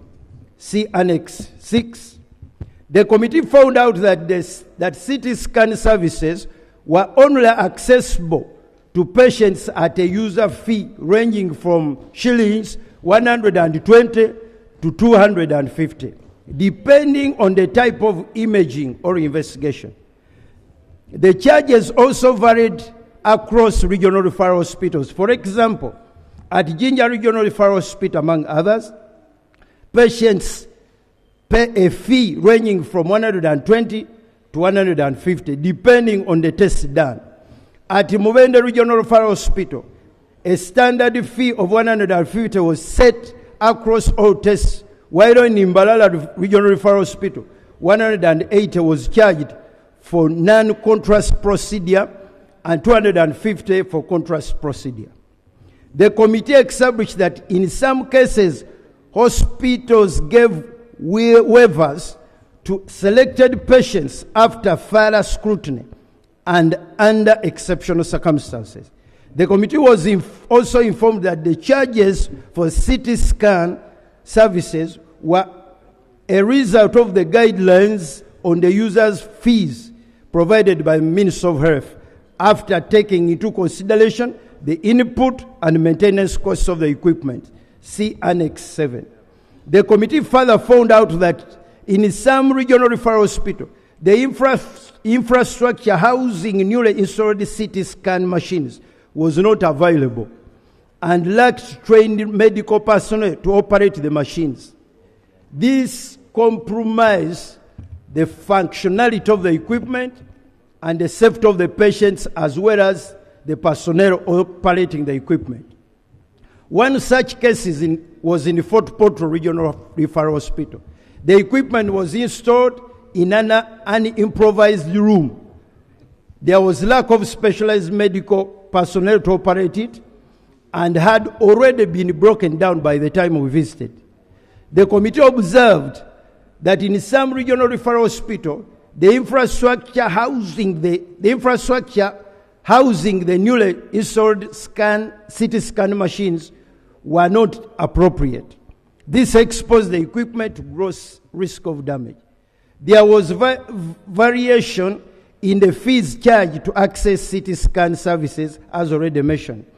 The user fee charged to access the CT scan services were a hindrance to the uptake of the CT scan services, especially among the low-income earner patients. There was a general lack of qualified staff to operate the newly installed CT scan machines. The committee therefore recommends that the Ministry of Finance should prioritize release of funds, shillings 8.7 billion, as budgeted for in the financial year 2024-2025 for construction and remodeling of the appropriate infrastructure to house the CT scan machines in all the regional referral hospitals. The committee recommends the Minister of Finance should provide adequate funds to all regional referral hospitals in the budget for the financial year 2024-2025 to cater for the routine maintenance of the CT scan equipment to ensure their sustained functionality. We looked at the installation of the ICU bed equipment. While the Minister of Health reported that government procured and delivered 143 ICU bed units in 14 regional referral hospitals, 5 selected national referral hospitals, and Bombo Military General Hospital, Annex 7, the committee established that most of the ICU bed units delivered in regional referral hospitals were still boxed and kept in stores due to lack of standard ICU infrastructure at the respective regional referral hospitals. That means they are not already deployed for use. In other cases, regional referral hospital administration had put some of the ICU equipment to other use. For instance, in Imbala and Masaka Regional Referral Hospital, the ICU bed equipment which were delivered by the Ministry of Health were still kept in store because works in the surgical complex meant to house the new 10-bed capacity ICU had stalled due to lack of funds. Similarly, in Buhinga and Imbala Regional Referral Hospital, some of the ICU bed equipment were still in stores because they lacked adequate space to accommodate them, and the government had not provided for any future infrastructure development to cater for standard ICUs. In Uganda Regional Referral Hospital, the committee established that a new 20-bed intensive care unit was still under construction, yet even the projected space looked insufficient for the overwhelming patient population, given the old ICU building was also under renovation. In Iguru Regional Referral Hospital, the committee uncovered ambiguities in the receipt and usage of the supplied ICU beds. The committee was informed that the hospital received 10 ICU bed units, but had only installed 4 in the ICU. The in charge at that time, the committee visited, the in charge of the ICU, who was not a qualified intensivist and could not account for the 6 beds at the time the committee visited. On being probed further, she disclosed to the committee that the balance of the beds were in a different location, including in the store, 2 in the store due to the missing parts, while others were being used in wards. The committee visited the wards, established that one of the beds had been dismantled and used in orthopedic wards, while another were being used in nutrition room. The committee further engaged the store assistant, who denied having received any ICU bed units during his term. He, however, disclosed that 2 beds had been brought into the stores on the day the committee visited the Guru. We don't know where these beds were, but when they saw us, they brought them. The committee observed that in most of the regional referral hospitals, I can jump that right on because it's almost, I go to the recommendation. I got the recommendation. They are the same what I've been reading. The recommendation, the committee recommends that the minister responsible for finance provide adequate funds to the regional referral hospitals in the budget of 2024-2025 to cater for the construction completion of the infrastructure meant to accommodate ICU bed equipment to ensure their installation and utilization. The committee recommends that the Minister of Health should train and recruit specialized medical workers to manage ICU in regional referral hospital. The committee recommends that the Minister of Health should investigate the handling and the management of ICU equipment delivered to Guru Referral Hospital, including donations from JICA, and report back to Parliament in 2 months from the time this report is adopted. The committee recommends that the Minister of Health should conduct an inventory of all the ICU bed equipment delivered to the regional referral hospitals and report back to Parliament in 3 months from the time this report is adopted. Right Honorable Speaker, the committee looked at the installation of the oxygen plants in regional referral hospitals and the distribution of oxygen cylinders to all the health centers for. The Minister of Health reported to the committee that government procured and delivered 20 new oxygen plants to the national referral hospitals, to the regional referral hospitals, and Bombo Military General Hospital. The procurement of the 4 new oxygen plants at Hoima, Lila, Mbale, and Mbalala Regional Referral Hospital had not yet been concluded. See Annex 9. In addition, government had procured and distributed 10,000 cylinders across the country to all levels of the health facilities up to health centers for, as indicated in Annex 10. However, the committee found out that none of the newly procured oxygen plants at various regional hospitals visited was operational. For instance, in Buhinga, the plant was yet to be installed. In Mbalala, Masakandi Guru Regional Referral Hospital, construction of the infrastructure meant to accommodate oxygen plants had not yet been completed. The UPDF engineering, the picture is there, for instance, in Guru, was the one which was handling. Additionally, the Minister of Health indicated to the committee that the newly procured oxygen plants would not operate on low-capacity transformers currently in the regional referral hospitals. It required shillings 13.7 billion to upgrade the transformers and voltage stabilizers to the capacity enough to run the oxygen plants in all the regional referral hospitals. Government had provided only 2.2 billion in June 2023 to functionalize 5 out of the 20 plants, leaving a funding gap of 11.5 billion for power requirements to run the remaining 15 plants. In addition, at the time the committee did the oversight visit, the already existing, that is the old oxygen plants at various regional referral hospitals, had been out of use for several weeks. For example, in Masaka and Mbale Regional Referral Hospital, the old oxygen plants had broken down. Similarly, in Buhinga Regional Referral Hospital did not have a functional oxygen plant at the time the committee did the oversight. The committee established from the officials at the respective regional referral hospitals that the delays in repairs were due to lack of the necessary expert and funds. The committee also noted high costs of electricity, that is the small c, and maintenance. High costs of electricity and maintenance were a major factor affecting smooth operation of the existing oxygen plants.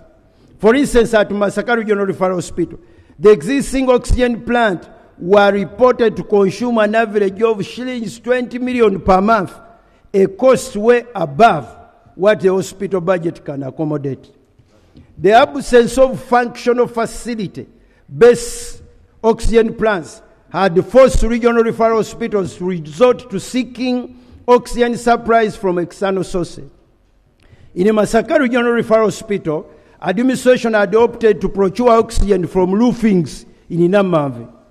Mbale Regional Referral Hospital was relying on Soroti Regional Referral Hospital for over 500 additional oxygen cylinders, supplements this oxygen supplies from the national medical stores.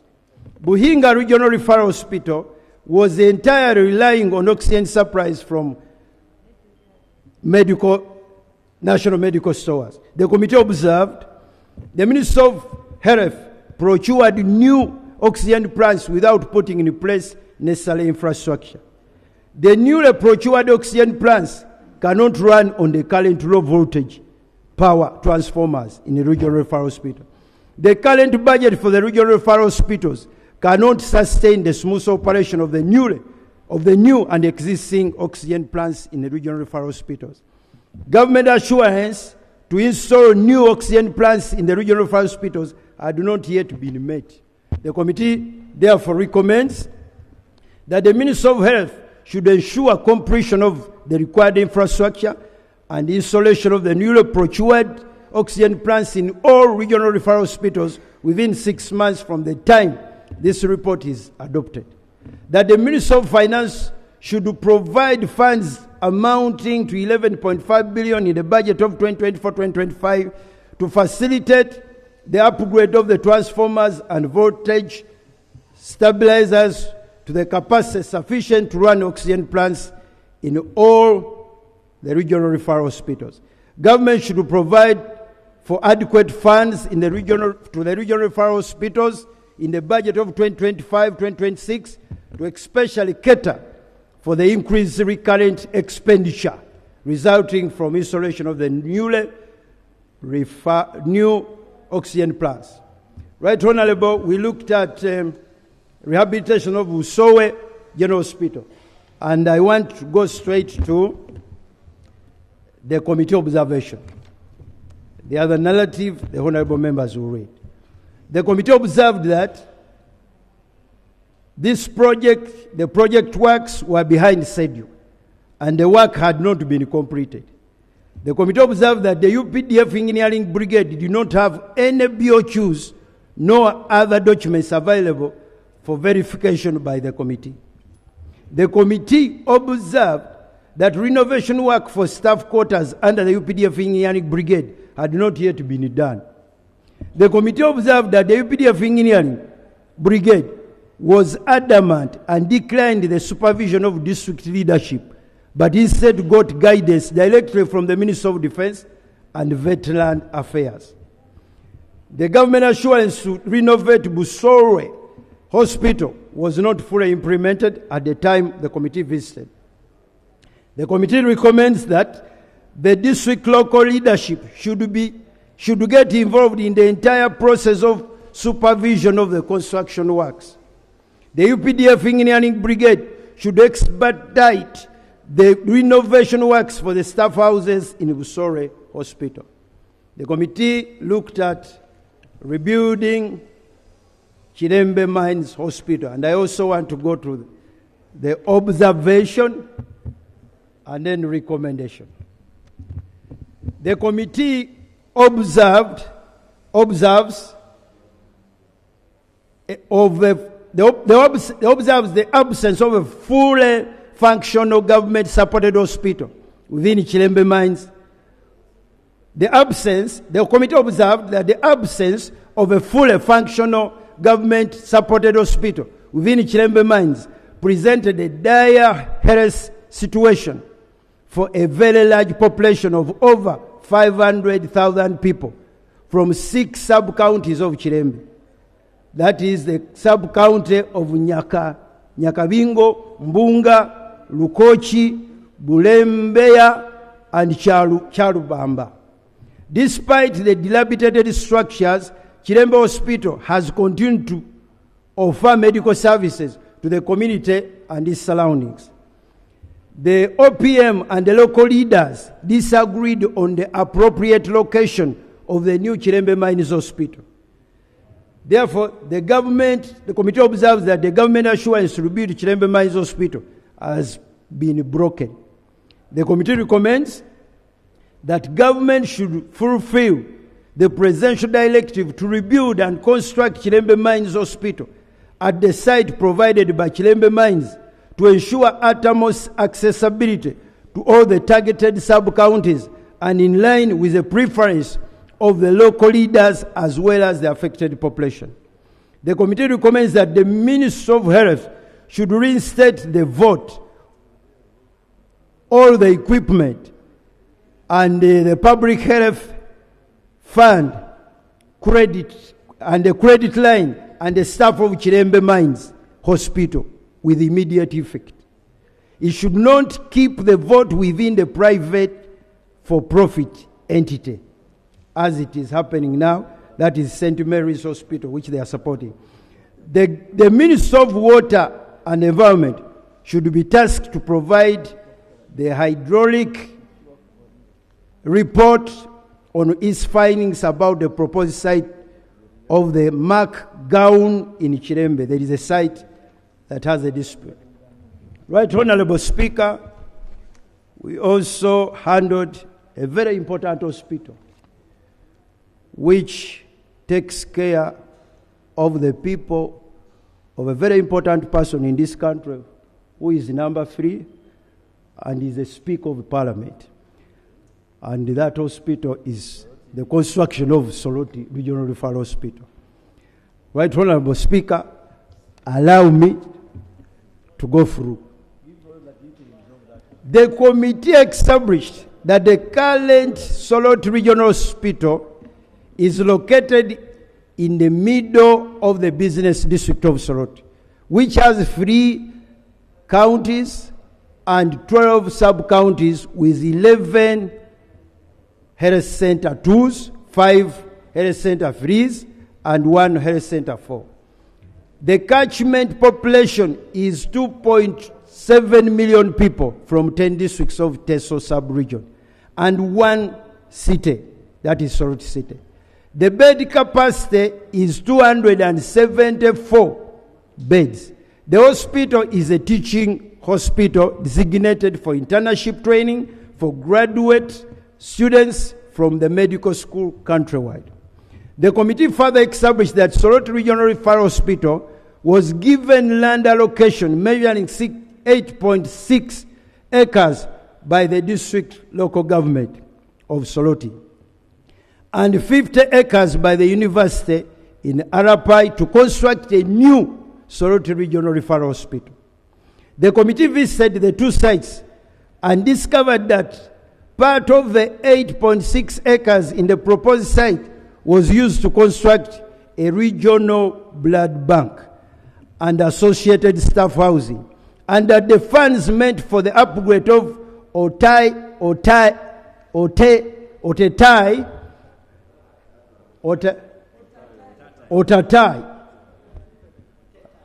I'll read it, Otetai. Yeah, I think it is Otetai. Otetai, Health Center 2 to Health Center 3 were diverted for the construction of the said blood bank. The committee ascertained that the Minister of Health has to date not formalized the process of acquisition of the proposed land from Soroti University so as to finalize the decision of the university to house the referral hospital. Furthermore, the land was available and awaits surveying, titling, and transfer to Soroti Regional Referral Hospital. The committee observed that Soroti Regional Referral Hospital is lying on a very old structures that have hampered not only service delivery, but exposed the hospital to security risks. Yet the facility serves over 10 districts, which is a population of more than 2 million people. The committee observed that the district council, together with Soroti University, have allocated approximately 60 acres of land for construction of a new Soloti Referral Hospital. But the Minister of Health has delayed finalizing the acquisition of the land and associated documentation to enable the construction of the new Soloti Regional Referral Hospital. The committee observed that the current Soloti Regional Referral Hospital lacks accident and emergency unit. It lacks an outpatient department. It is in lack of a theater, though they are doing wonders in that hospital. They have been in news many times, Right Honorable Hospital. And they also lack an ICU unit, which is what they have there. We went in, it is a very small unit with a lot of congestion. The committee observed that the government assurance to construct a new Soloti Regional Referral Hospital has not been implemented. And the committee therefore recommends that the Minister of Health should formalize acquisition of the land from Soloti University and facilitate the construction and equipping of Soloti Regional Referral Hospital at the university site to accommodate the need for both learning of medical students and provision of medical services to the needed population. The committee recommends that government should provide funds in a budget to cater for construction of the new Soloti Regional Referral Hospital as a priority, inclusive of all critical departments, particularly a sizable theater to cater for multiple surgical operations. Conclusion. The committee concludes that government has not lived to its promise to implement the assurance to upgrade, rehabilitate, construct, and equip health facilities in local government, install CT scans, oxygen plants, IC equipment in all regional referral hospitals across the country. I therefore pray that the report of the Government Assurance and Implementation Committee be considered by this House and the recommendations therein adopted. I beg to lay and I beg to present right now. Thank you, Chairman, for this very good report. The Committee of Government Assurance, I think next time, these are very good reports. They are very good reports, but also given the magnitude of the assurances that have been made from time to time, the committee needs to consolidate the assurances and provide the status up to date. Status update categorized by sector. This report you're reading should have had sector by sector on health.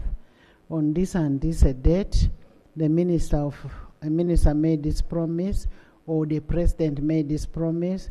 That is in regard to Rule 185(1)A.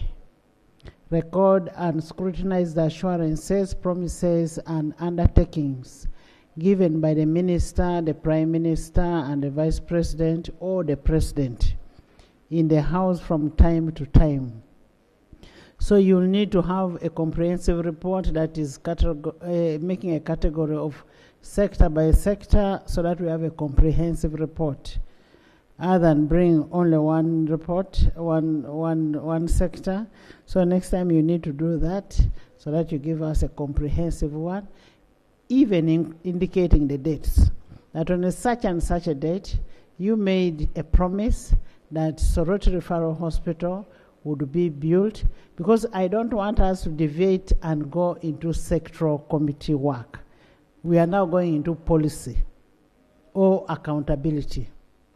We are checking the promises that have been made and the status and what they have done, and you report to the House.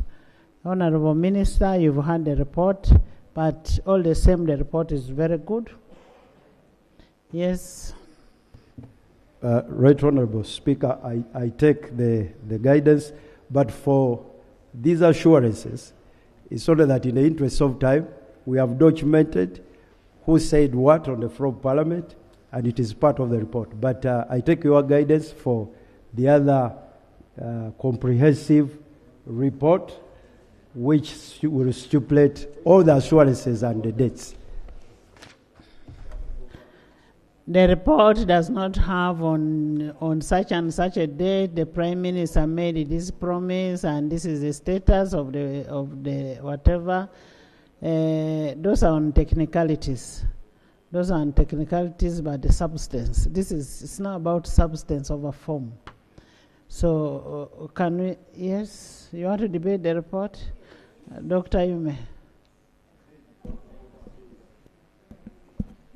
Thank you. Let me first get the doctors. Thank you. Dr. Yume.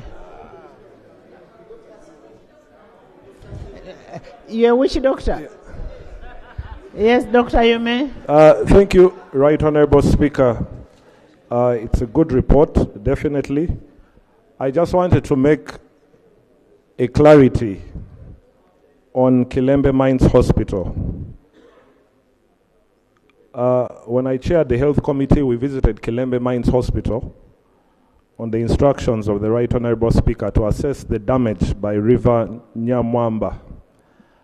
And Right Honorable Speaker, we came back and reported to this House that the hospital is irreparable, and the advice we gave was that a new hospital is built in a place called Rukochi.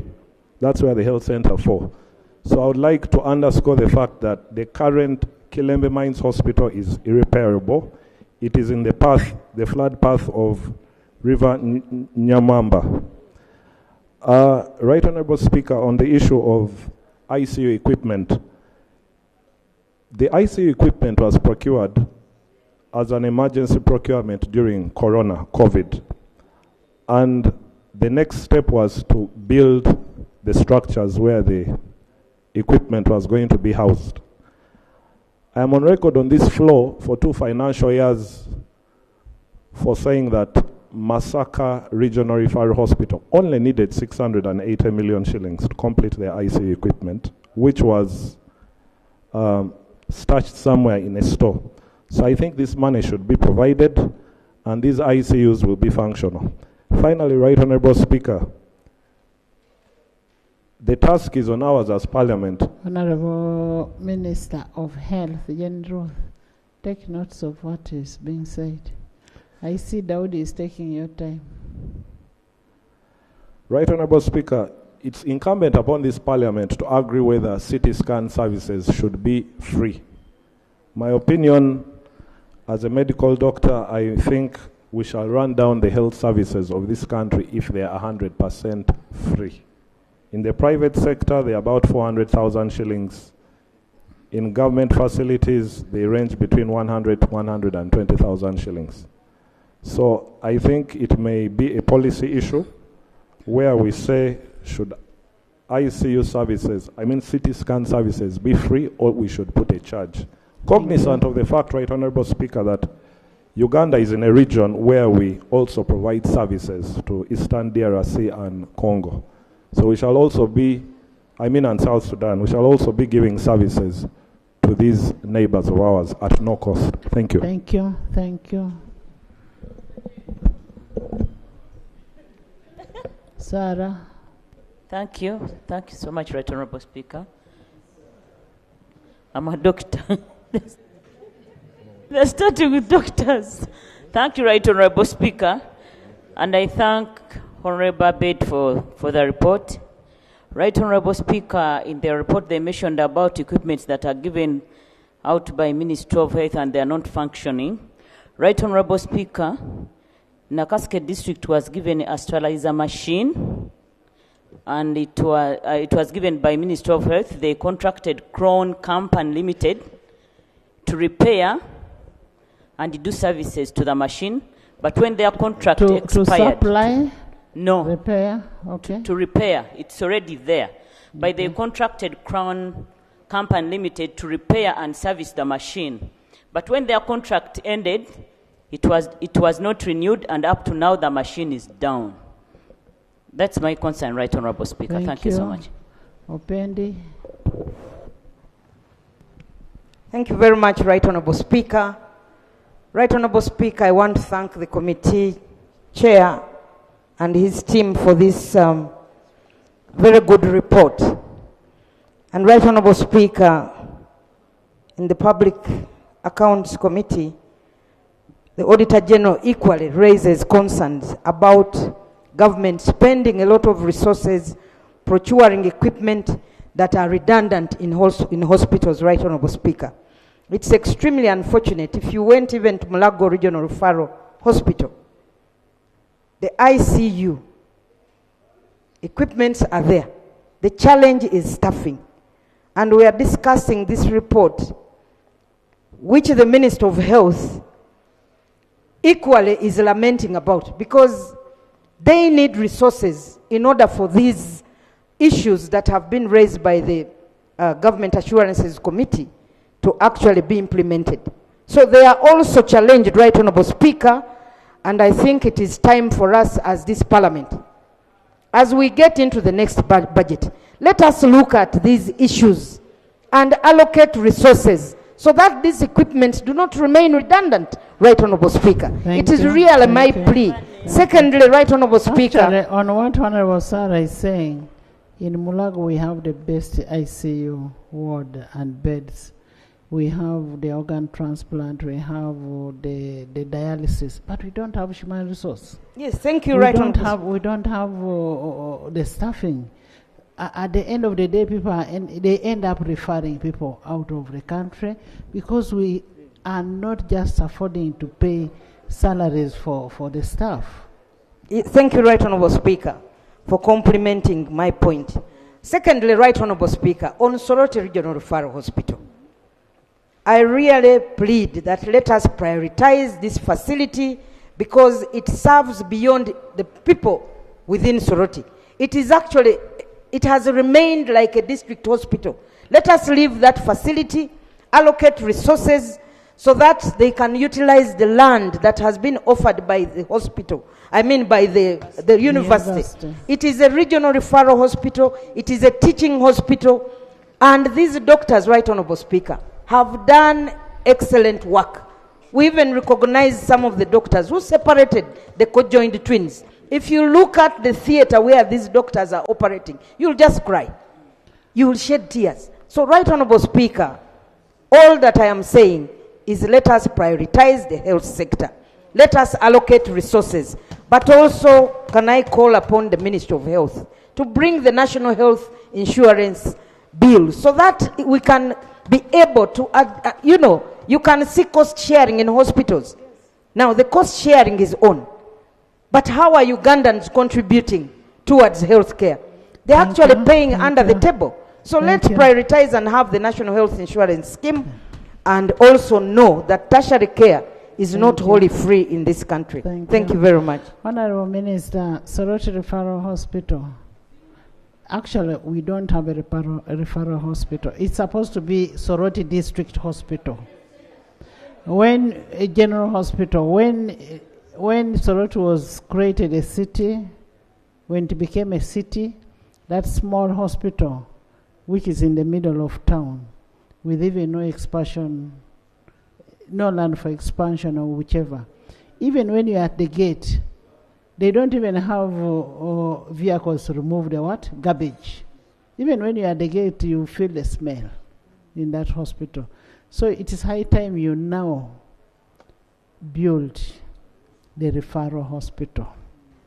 Maybe you need to change the name for now that this is the Soroti General Hospital. Because you find even the operations, major operations, cannot be done because they don't have a very good theater. It's a very serious matter. Honorable Apollo Zima. Thank you very much, Right Honorable. And I want to thank the Chair for a very good report. Right Honorable, in connection to the observation on the number of health center tools that have been upgraded, a majority not yet handled, I want to support the issue, the point raised by Honorable Sarah, that indeed the Ministry of Health needs to support us in this struggle and provide the resources. For instance, when you refer It's to not my health, it is finance. Minister of Finance, thank you, Right Honorable. And I think as the House, we really need to make priorities when we are budgeting. We should make a priority and say the first sector that we should allocate funds should be health. Because you need healthy people. You need healthy people. So we must make a budget which considers health as a priority. Thank you, Right Honorable. Like the case of Kumi District, Right Honorable, we have new sub-counties that already have existing health center tools. So even as there are too many, we would see that we pick at least one from a new sub-county, and then it is upgraded to a health center 3 instead of starting new construction projects for health center 3s. Thank you. Right Honorable, when you look at the point on the aspect, a recommendation to have the Auditor General look at the utilization of these funds. Right Honorable, it is not the first time we are coming up with that recommendation. I was formerly a member of PAC. An Auditor General made a number of observations about the U-Gift 1 and 2. We discussed here, the recommendations were arrived at. Maybe we do now see critically on the implementation aspect. When Parliament debates on the existing gaps, what is really done and what is implemented.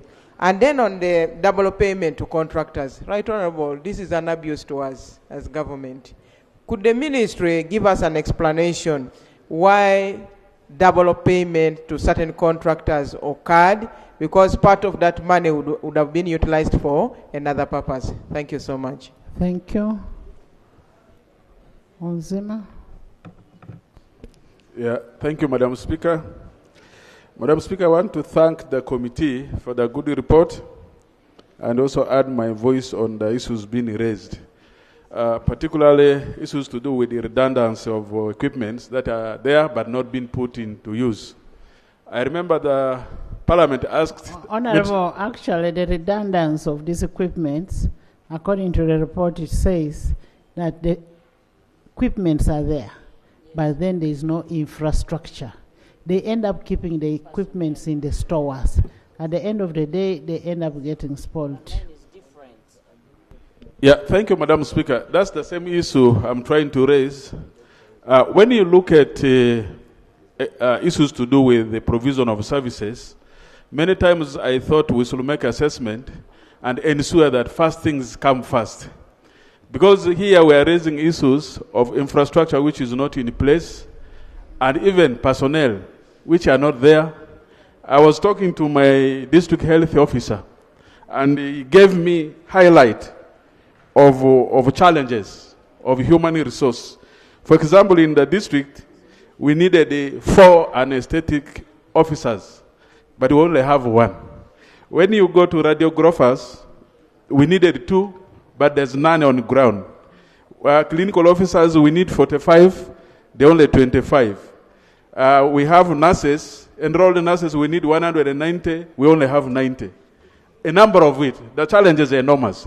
So for me, what I was saying is that when we look at establishing activities on the ground, the first things needed to be put first. 1, the infrastructure should have been put to avoid this kind of wastage and redundance. And then also 2, personnel should have been trained.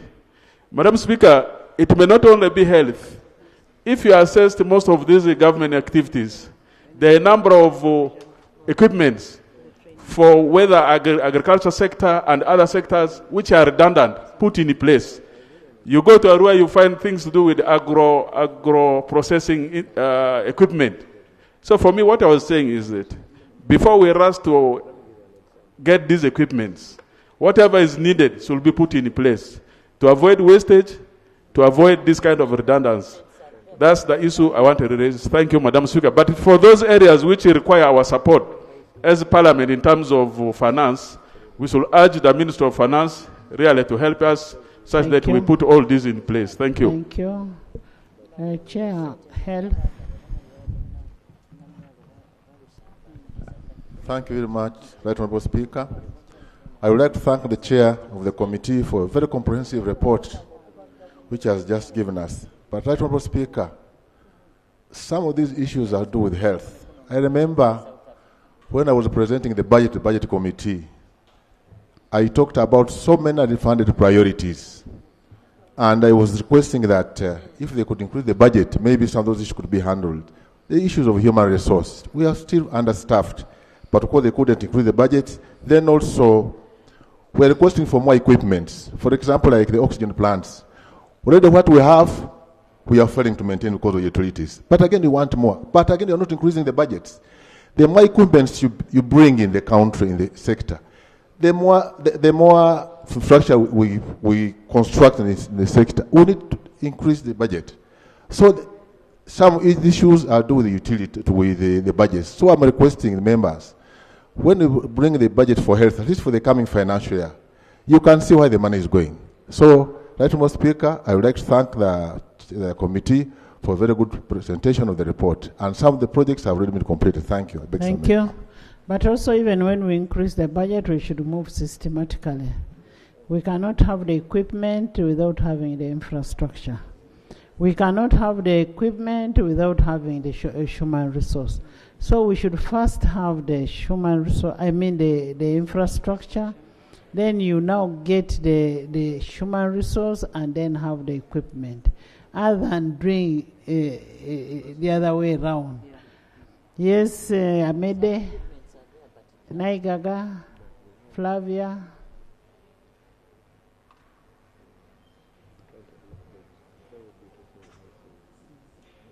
Wonders, you'll go next after the girls.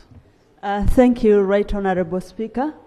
And I thank the chairperson for the marvelous report.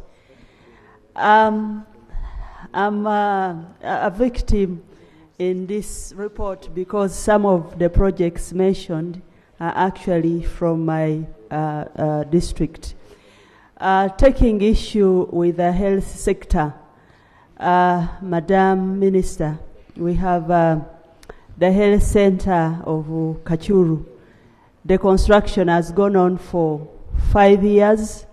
At one time, last year, the Committee of Government Assurances, under the chair of Honorable Namboze, took a visit to the health center with a commissioner responsible, but nothing was done to avert the anomalies that the committee highlights. I also got to know that the community did write several letters to the office of the IGG to avert the mismanagement of the project, but nothing had been done. Relatedly, there is another project under the Ministry of Education, a CD school in Kachuru. We have not got value for money.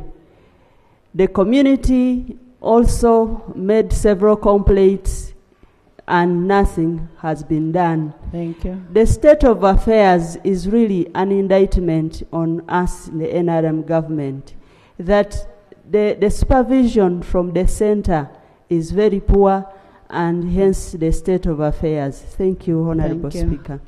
Thank you, Honorable Ahmed. Honorable Minister, the health center she's talking about, we share it. You know, we are neighbors.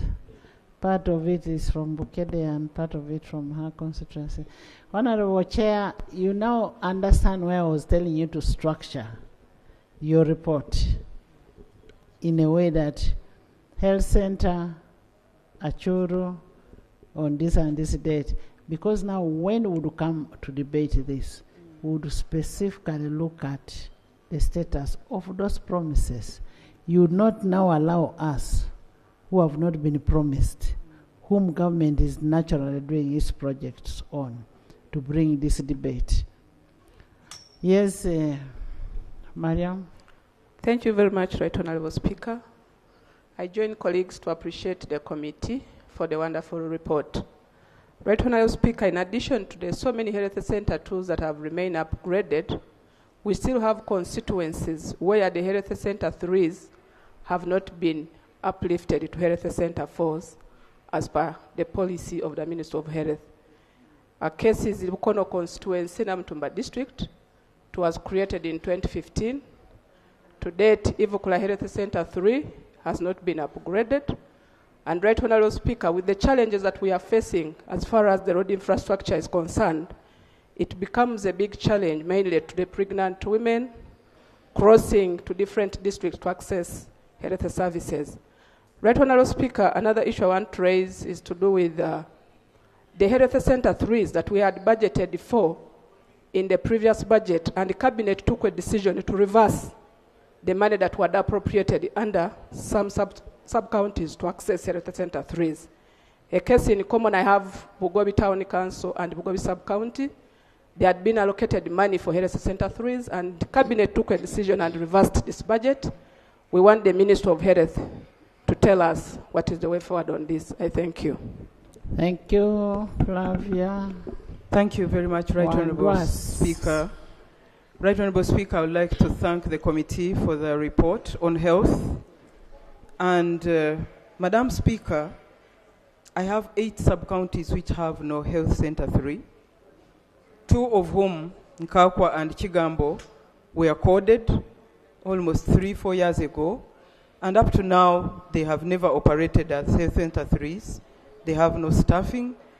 I mean, they have not been given capacity to operate at the level on which they are coded, and I would like the Minister to take that very seriously. Madam Speaker, Chiaka North constituency in my district does not have a health center 4, and the Minister of Health has kept visiting Hapuyo Health Center 3 and trying to encourage them and support them to make sure they are upgraded to Health Center 4, but the wait has been so long, and we need to be told why it... Madam Speaker, can I finish this? Thank you. Madam Speaker, while we are talking about human resource... Can we reduce the time so that we are able to, all other people are able to... To finish this, Madam Speaker. While we are talking about Madam Speaker, the staffing we are talking about at our health centers is not that one of the hands-on or the midwives and nurses who are frontliners.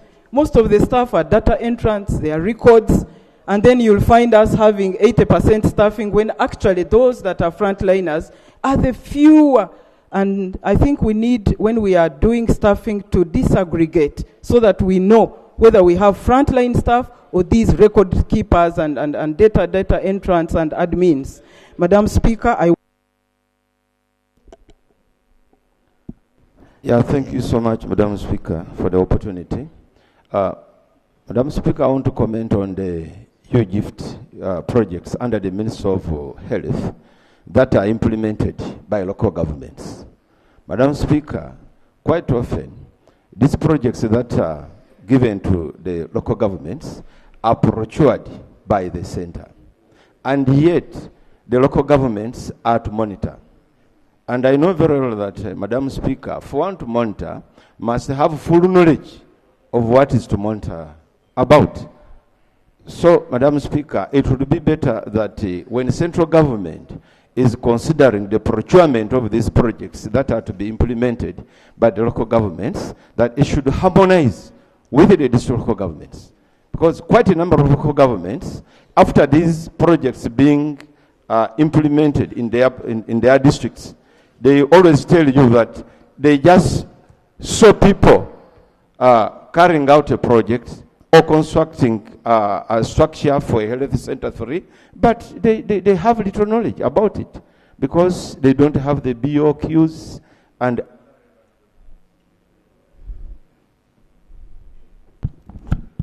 Dr. Chut, Dr. Kamara, Jimmy.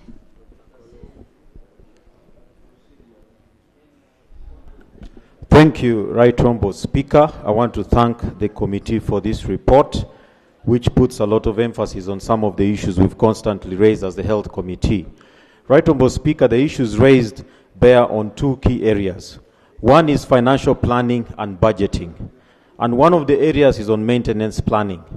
The thumb rule, as the engineers have told us before, is that for every value of equipment purchased, 5% must be allocated annually for maintenance. However, when you look at the Health Committee report for the last 3 years, 12 billion has been unfunded priority for maintenance.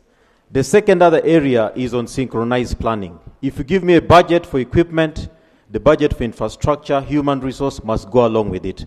But even the budget for utilities. We were in a beam district, a beam hospital. There was a digital x-ray, the infrastructure is there, the human resource is there, but they did not have three-phase power for 2 years. So they could not operationalize it. So we need to have synchronized planning. And I want to propose an amendment to this report that the Ministry of Finance, in consultation with Ministry of Health, should come up with financial guidelines for procurement of medical equipment, such that we ensure that there's synchronized planning and there's also a budget for maintenance. Lastly is the issue of release of funds. When you look at the budget for construction, there has been the lowest releases. 1 billion shillings for roads is released for the last 2 years, 100%. Money for the boreholes released 100%. But go to the health construction budget. It is rarely released even at 50% itself. There is need to address those issues so that we can be able to resolve these financial challenges. Thank you. Thank you. Thank you, Madam Speaker. I want to thank the chairman for the report. I have two issues. First of all, I want to say that I belong to the committee, parliamentary committee task force, COVID task force, and we recommended ICUs and the oxygen plants. Secondly, under health committee, we have also recommended CT scans. In Kabale Hospital, the CT scan was being done in Mbarara. And it needed you to move from Kabale, put in transport and do a CT scan. Therefore, I think 150,000 is a good beginning, but can be reduced. My last point is about procurement, Madam Speaker. We need to be planning when we start procuring. There seems to be somebody, either the Ministry of Health or somewhere, who is in a hurry to procure as quickly as possible. When you see the way CT scans were procured, no equipment, no staff, no infrastructure. In fact, at Mbarara Hospital, as we talk, the CT scan is done. Somebody spent there 2 days. The CT scan had been done. What were they waiting for? For interpretation of the CT images in a private unit.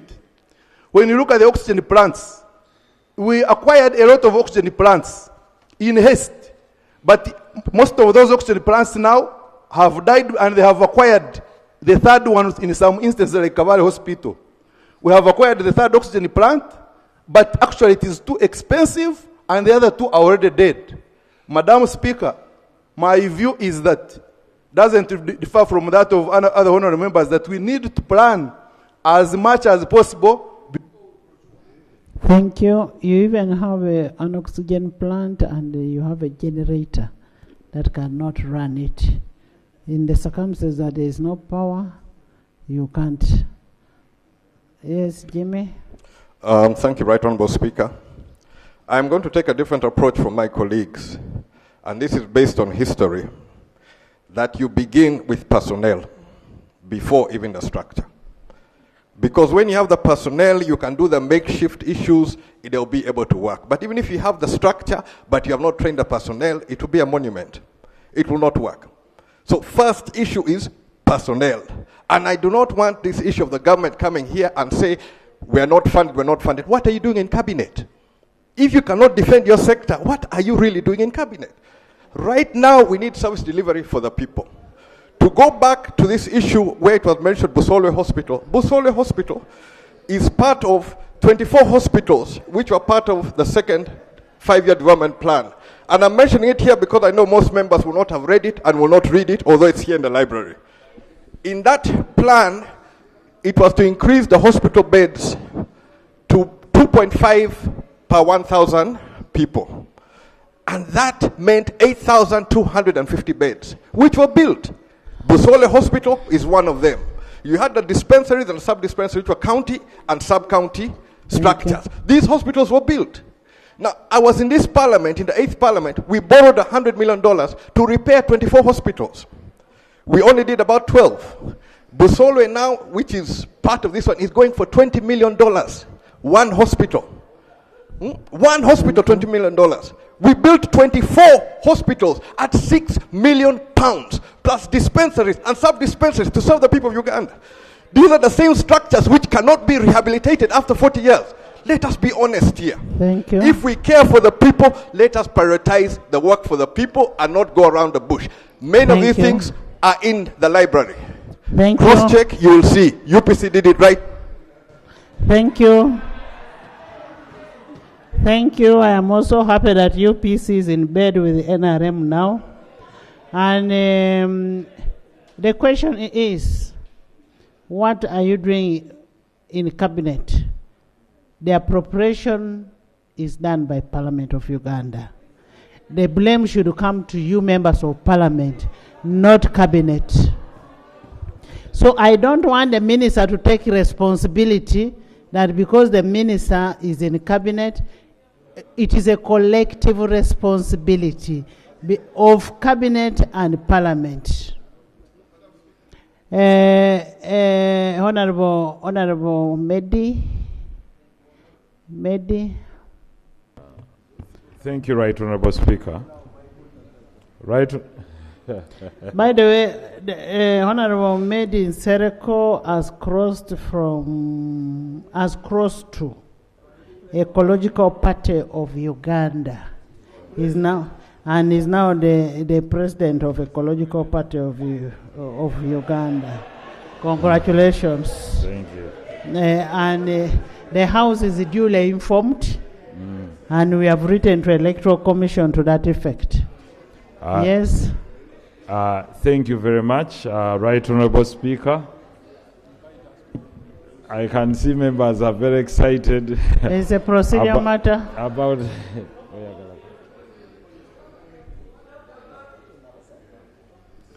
Right Honorable Speaker, I want to thank you for recognizing Honorable Nsereko, and I want to welcome him to the club of party presidents in this parliament.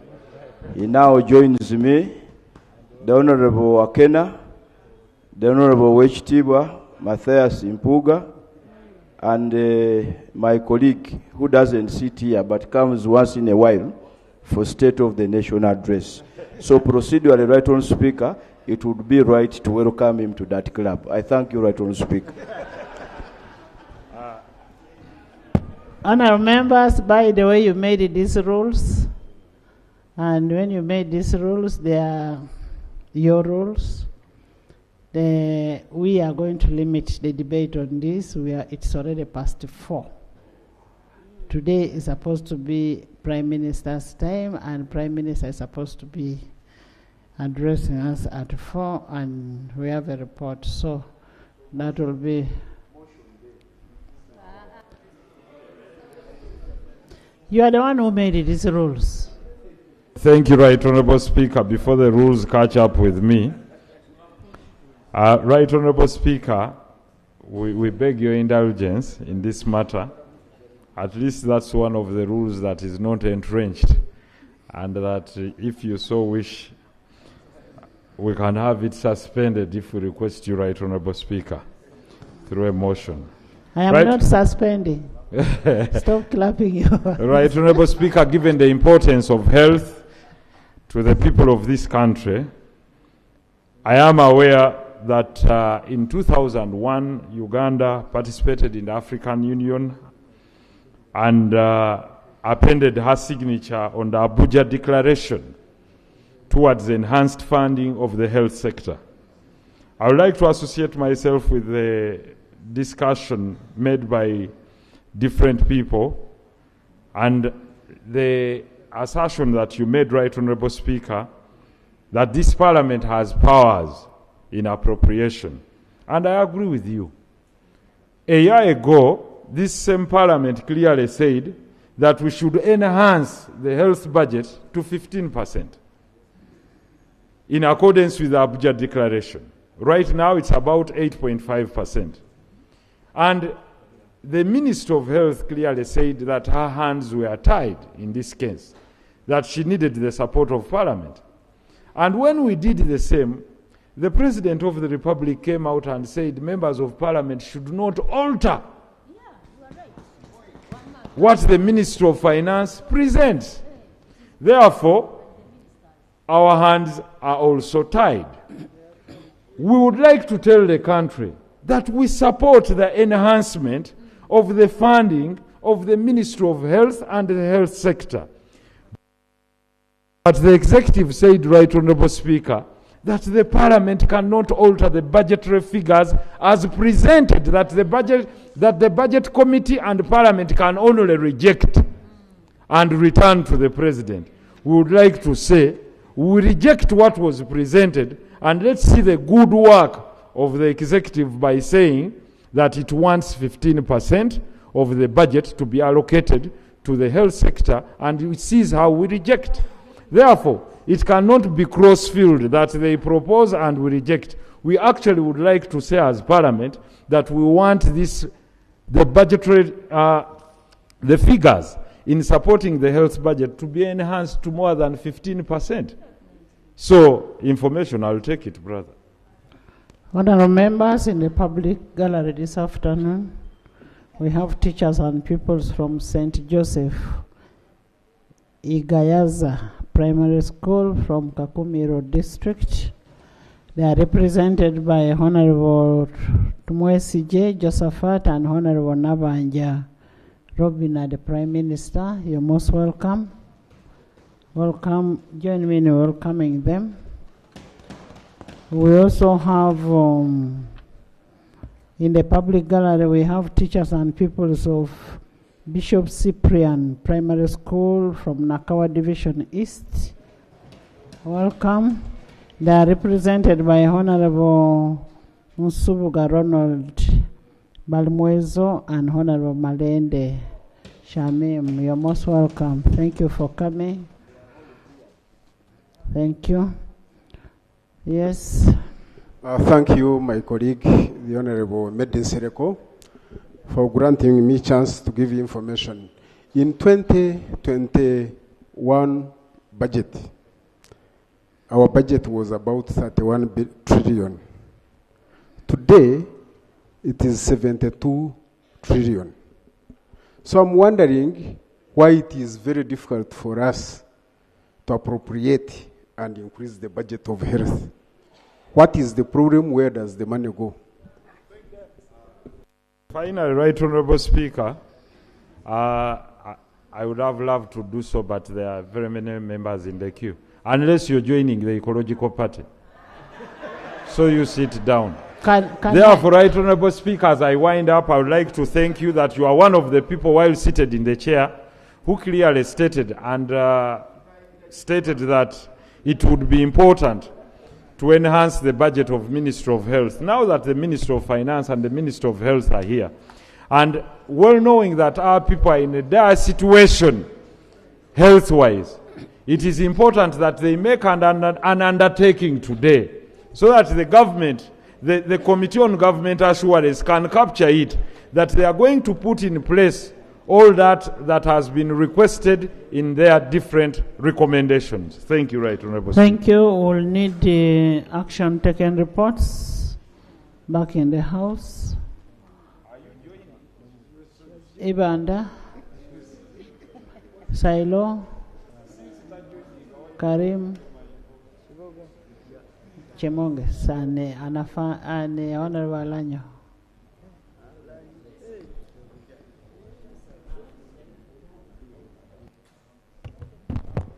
Thank you so much, the Honourable Speaker, for the opportunity. A minute.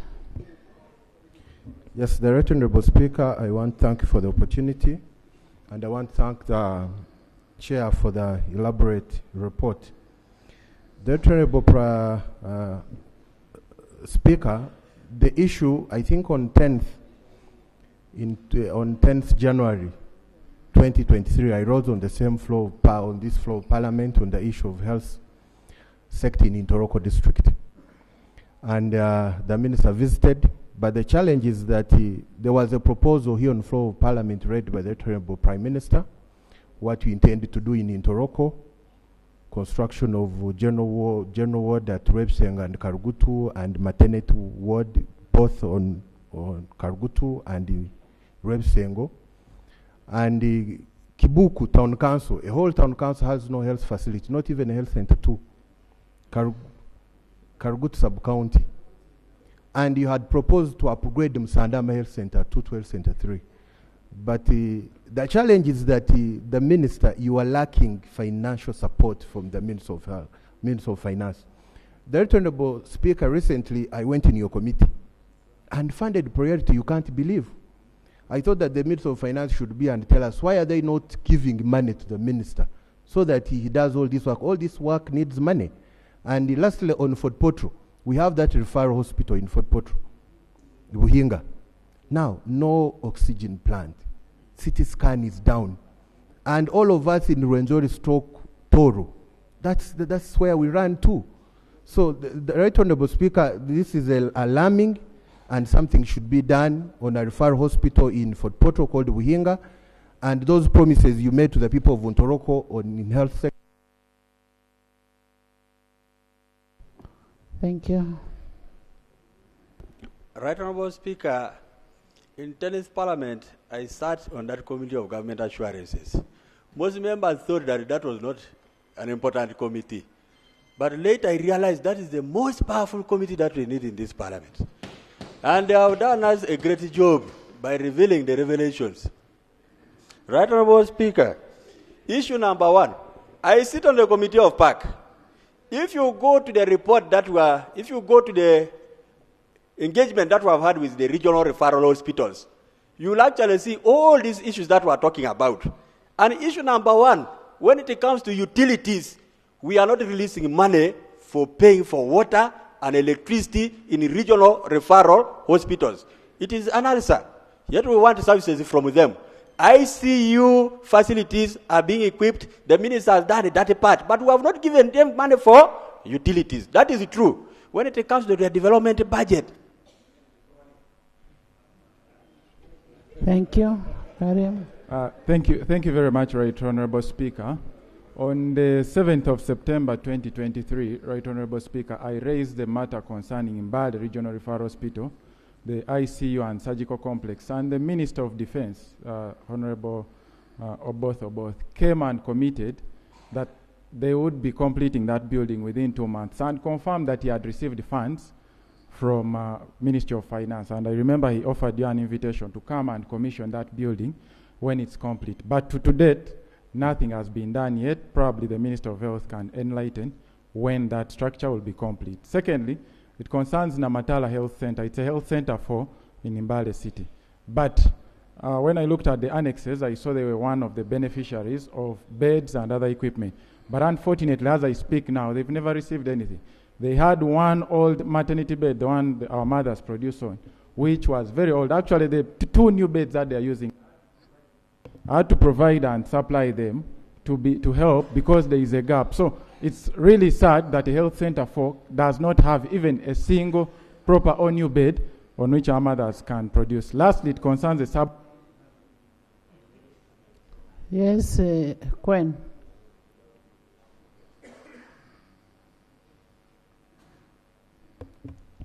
Thank you so much, Madam Speaker, for giving me this opportunity. I have 3 things. One, I remember in 2022, we all agreed that we allocate money to make sure we have health center 3s in all the remaining sub-counties in this country. And we all agreed. That meant those ones of upgrading health center 2s and the sub-counties without health center 3s. But now, we have sub-counties without even health center 2s, which we even stopped that we should not create more health center 2s, and we are not hurrying up with the health center 3s. Secondly, I have heard about the upgrades of having the referral hospitals. In Sabay,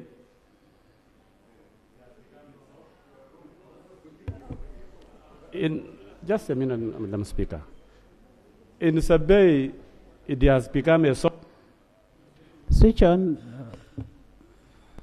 In Sabay, the issue of having the referral hospital has become a song. Madam Speaker, if you look at the House All my colleagues are not there now. And one of the issues that has made them not be here is the referral hospital also. Almost everybody failed. And the only question was hospitals, hospitals, and hospitals. Madam Speaker, I really need a very,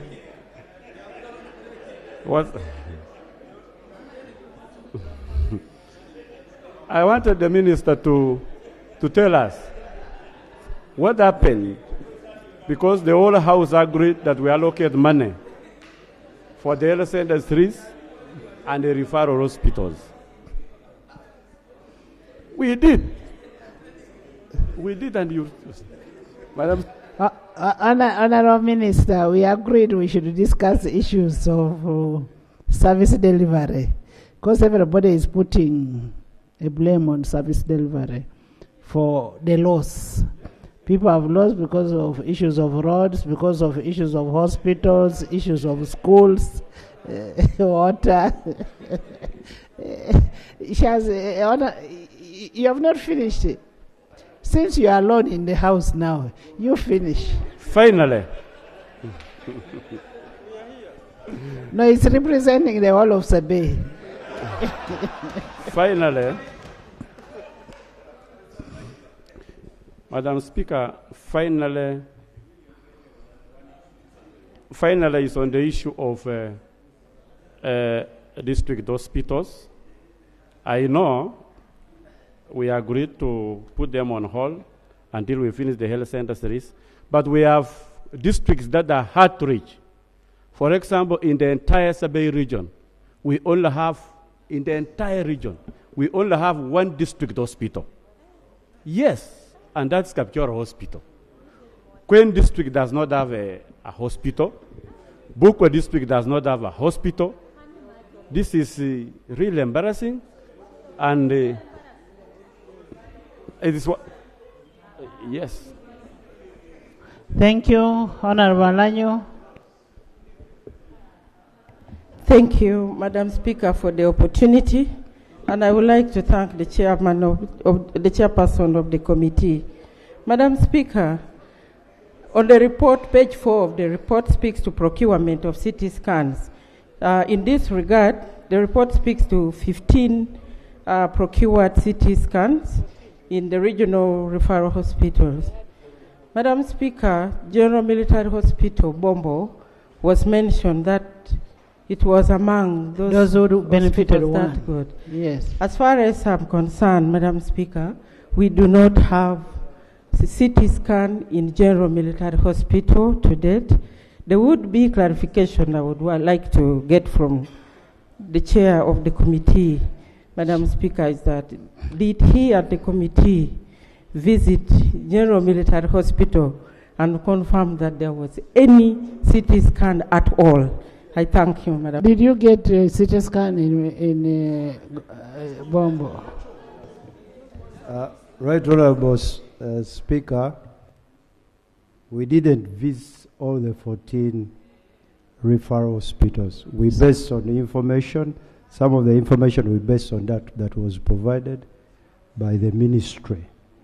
We visited some. We didn't go to the military hospital. But the minister, we have an opportunity, the minister is here, can provide information whether there is supply. Honorable Minister, can you first respond to what has been raised? Then if there's an addition, if you have not cleared, then you can clear. Honorable Minister. Elope. The Elope is... Madam Speaker. You're responding to all. Thank you very much, Madam Speaker. I would be amazed and taken aback at once, respectively, with your assertion that Parliament ought to be in a collective responsibility with the Cabinet, especially when it comes to unfulfilled health infrastructural promises by government. Madam Speaker, there is gross betrayal of parliamentary. I was talking on appropriation. And that's where I'm actually coming, Madam Speaker. I'm only slow, but I'm coming to that same point. If Parliament, for instance, there are 2 World Bank funded programs of gift, 1 and 2 projects, with a whopping 552.6 billion, which this Parliament appropriated. But to everyone's shock, out of 124 health center 2s, which were to be upgraded to health center 3s, only 2 were constructed. And then out of health center, actually an anticipation of constructing 62 new health center 3s, the government only completed 2 out of 3 out of 62. The question, therefore, makes this very scandalous. If you were to compute it in terms of percentage, this performance is 1.6%. I've been taking time to do that. And then less than 5% for new construction is out of the 62. The $1 million question, Madam Speaker, should be, where was government and where are all these funds, where are all these huge funds that were made for upgrading of health center 2s to health center 3s and then construction of health center 3s? This, in my view, Madam Speaker, is a gross betrayal of parliamentary appropriations. Parliament has done its bit. Year in, year out, we are here to allow appropriation literally means allowing government to spend the money. We have never declined to allow government to spend the money.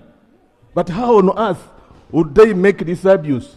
And then we assert that we are performing a complementary role with them, Madam Speaker. Madam Speaker, this government is long at press conferences, very long at promises, but extremely short at service delivery.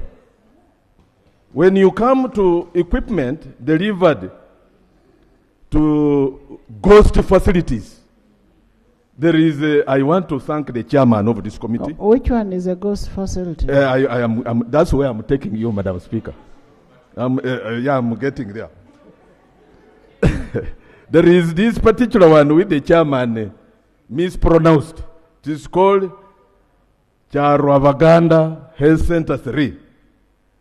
It out of a requirement of 55 staff, they only had 2. Then there is this one in Lira.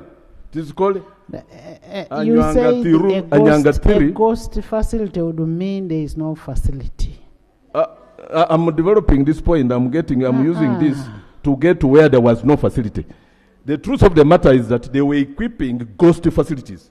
For instance, the government had not completed construction, and then they equipped those facilities. This is in the report. This is not my own creation. Honorable Leader of Opposition, for one to call something ghost is not there. You're better off saying uncompleted facility. It is a matter of English. I used to know people from the East as the best in English. I mean, that's where the wise people came from. You get it, eh? It is either non-existent, ghost is non-existent, uncompleted, an ongoing program or project. Thank you very much. Thank you. I stand guided, Madam Speaker, but English being the second language, I don't take it to be superior. But you come from the East. I don't take it to be superior to my mother tongue. But I was saying this.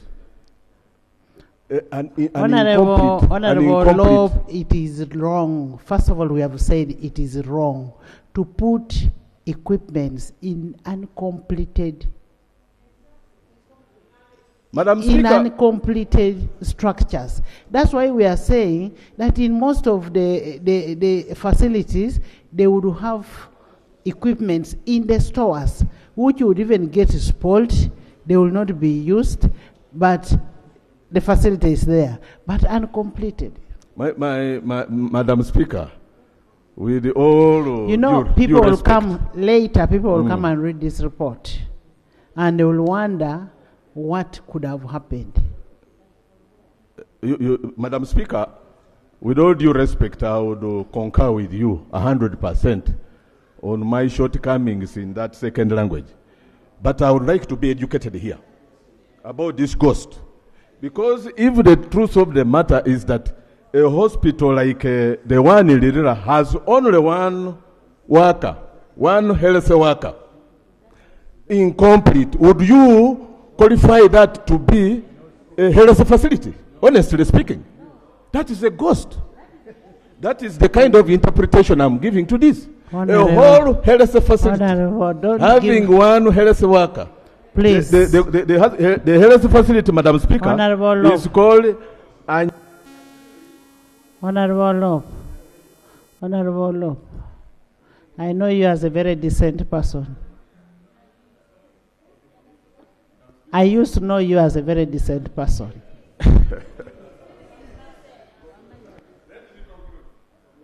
And I am repeating that I knew you as a very polished, decent person. And I am saying, let's differentiate the words. Ghost and uncompleted, they are all not good. But we are saying this is under still construction. Why are you equipping what is still under construction?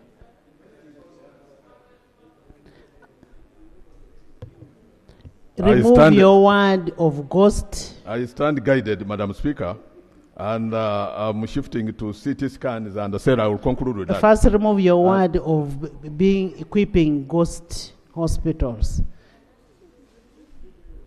We are equipping uncompleted hospitals or medical facilities. No, where there is one work, Madam Speaker, that is as good as being no hospital. Okay, then let's have a response from the minister then. No. Yeah, I have given you guidance which you've not taken. Okay? Madam Speaker, I've complied. What have you complied? With your direction. What is it? I've withdrawn the word ghost. Okay. Yes.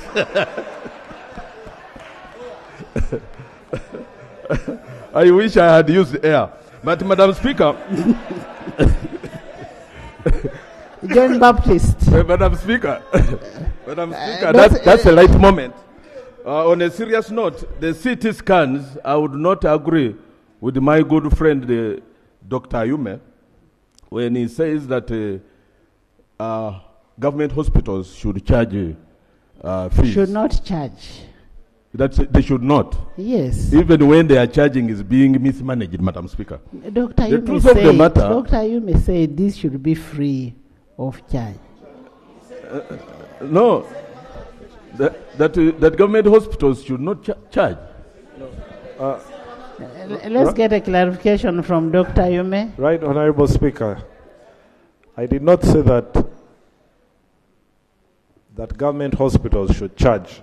I said when government hospitals charge, it is understandable because the costs of maintaining and running these equipments, there should be a paltry fee levied. Because, Right Honorable Speaker, it is known that in the interest of Pan-Africanism, we provide services to the entire sub-region. So the free services, and yet these equipment are very costly, would run them down. Right Honorable Speaker, can I conclude by saying, in January, we had run out of dialysis equipment and the dialysis machines could not work. By January this year, before the end of the financial year. Thank you. Yes, Lob. Okay, my point is about this doctor, with your attention, these diagnostics, like CT scans. These are life-saving diagnostics, and we should not make them inaccessible to the poor. Because the truth of the matter is that health is a right, it's not a privilege. And that is my plea, Madam Speaker. I beg to submit. Thank you. Minister.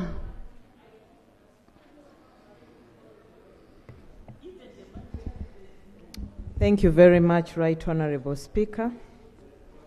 Right Honorable, allow me to thank the committee for the report. Indeed, it's a very good report. The report was made in October last year. It is almost 1 year old. So I just want to remind the committee chair that a lot has changed in the last 1 year that we need to revisit. Nonetheless, I agree with what is in the report and also to the recommendations, including the audit, by the way. We are ready for the audit. We agree with it. Right Honorable Speaker, the upgrade of Health Center 2s to Health Center 3s was a very good project, but with limited resources. Earlier on, Cabinet had only approved for 134 sub-counties and town councils. Later on, this was expanded, and we upgraded up to 433. However, the number of sub-counties keep on going up. To date, we have 2,197 sub-counties, and 488 do not have Health Center 3s. We are waiting funds from all of you when you finally appropriate.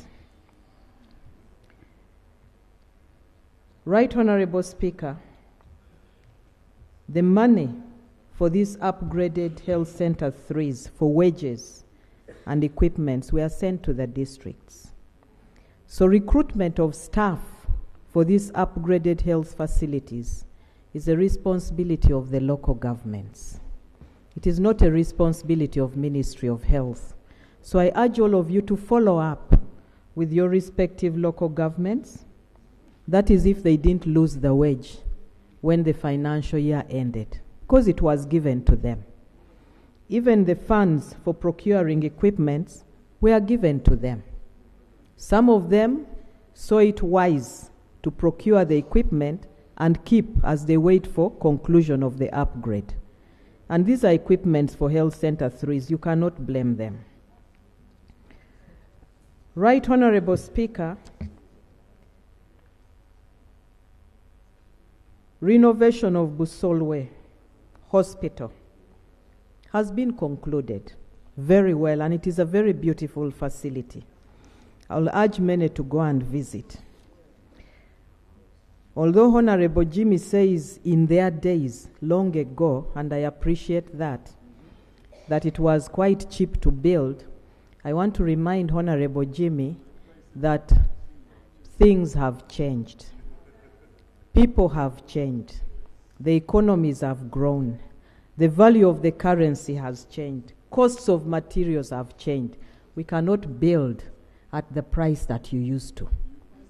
Now, we build at different prices and build even better. Even the facilities are much better. And Right Honorable Speaker, I want to appreciate you for saying that allocation of funds is a collective effort. Let the Right Minister Honorable finish. Speaker, Let the Minister finish. Honorable Jimmy had time to submit. I was seated. I had and 1 listening. minute. No, So, Let's be honest. Let her finish. I just want to appreciate you, Right Honorable Speaker, for reminding all of us that the Ministry of Health needs funding. We need funding, not only for infrastructure, even for commodities. We need funding. We have been saying this. One time you even invited me here to present the state of the health sector. When I did, everybody was quiet. I clearly highlighted how much money I needed. And I am glad that all of you are saying enhance the money. So, Right Honorable Speaker, allow me again to remind Honorable Jimmy that my contribution to Cabinet is well known and it is not in question. And it is highly appreciated by everybody, including yourself, because I even constructed a Kohoro Health Center for you in your constituency. Order, Madam Speaker. So, Order. Right Honorable Speaker. Order, Madam Speaker. My performance is not in doubt. Order. It is well appreciated. Honorable members. Right Honorable Speaker. There is an order, Honorable Minister. If I can move to this issue of the Order. CT scans. Please. There is an order, please sit.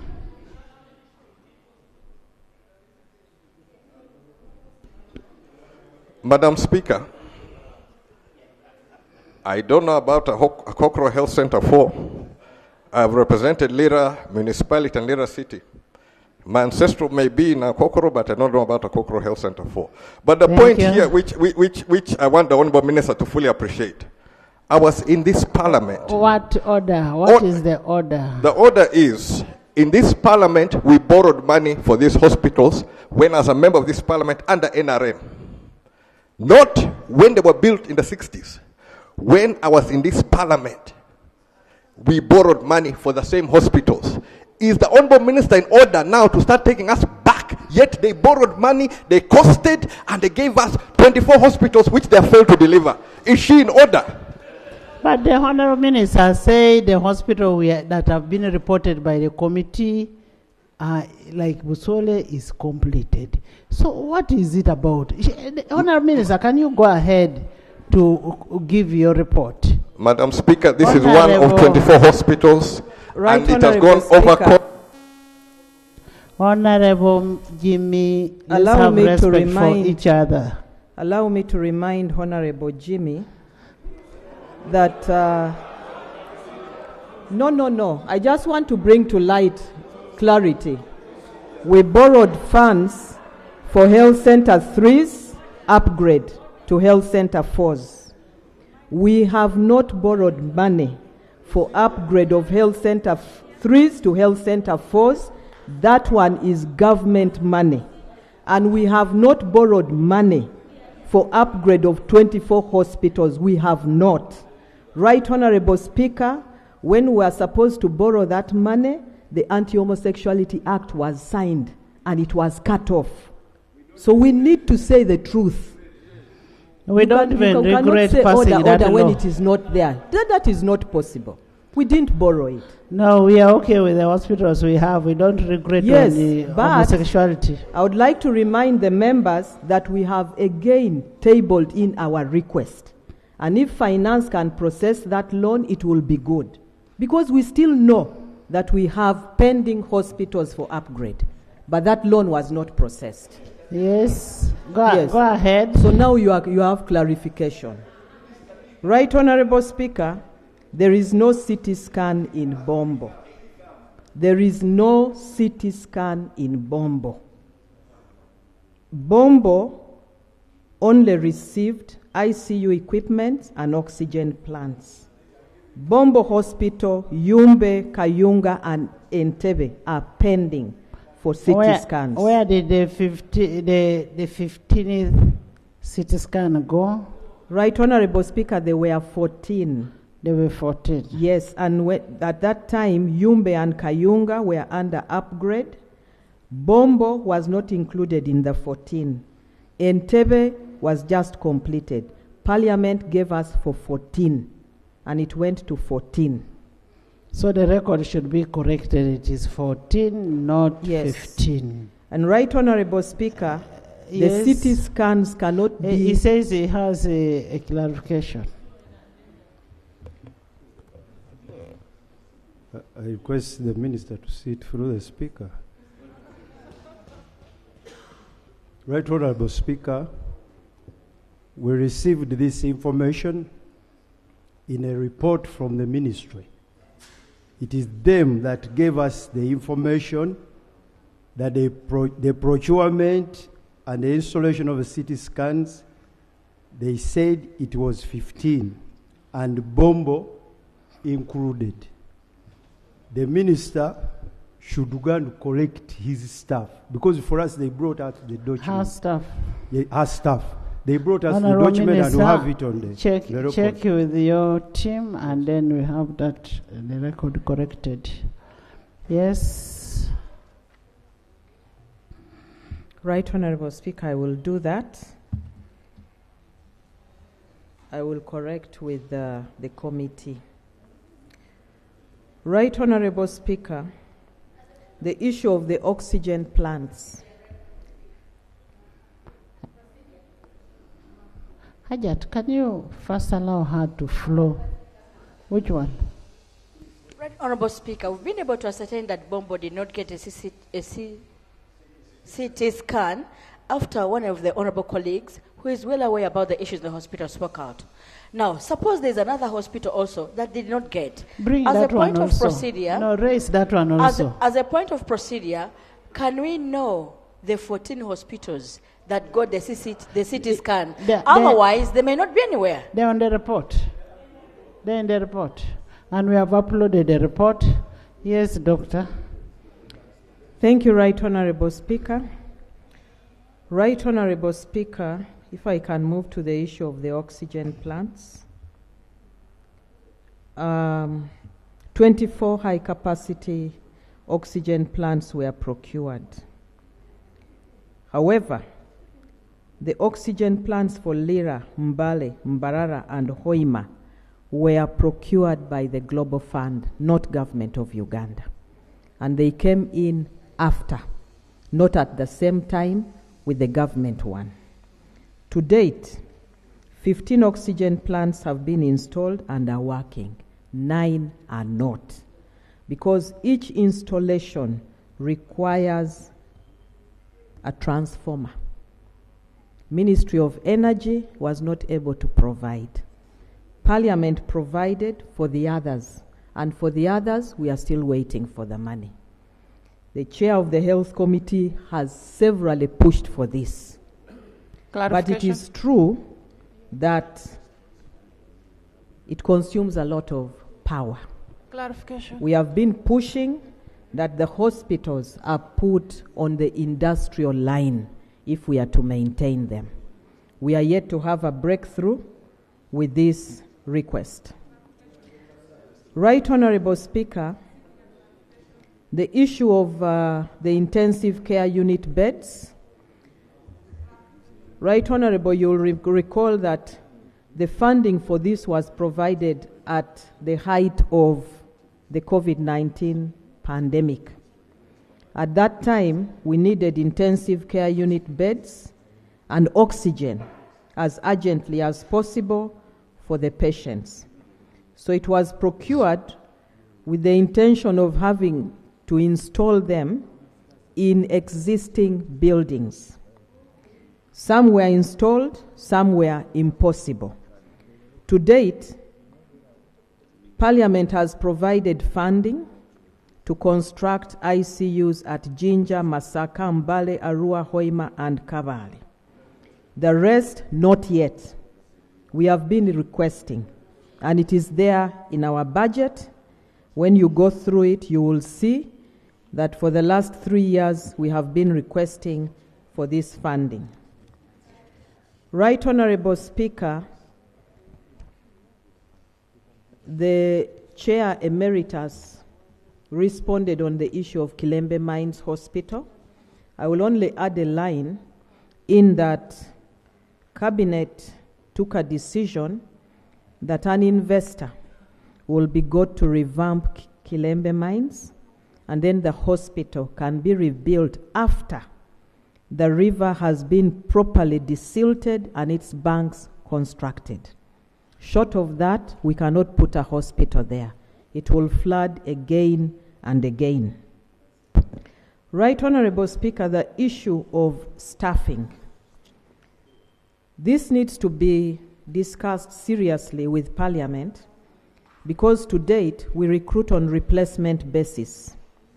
And the argument is that recruitment of staff requires salary which is continuous.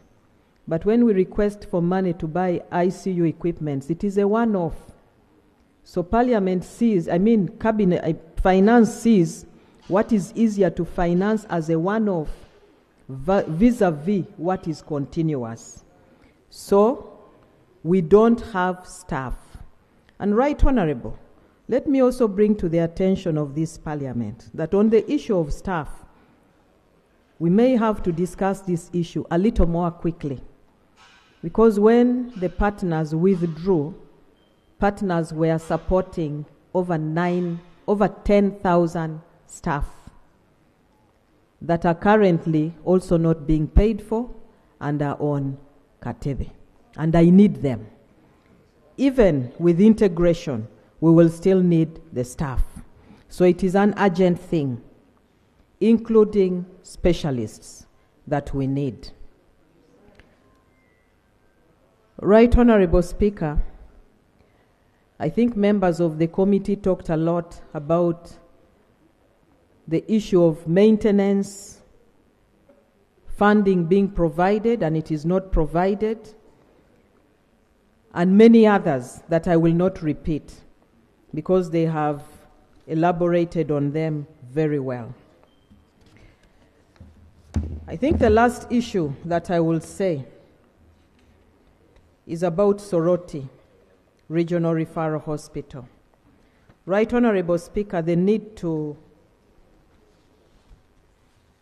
secure the land title is well noted, and I want to respond to you that this is ongoing, but that land is not Ministry of Health land. It is Ministry of Education land.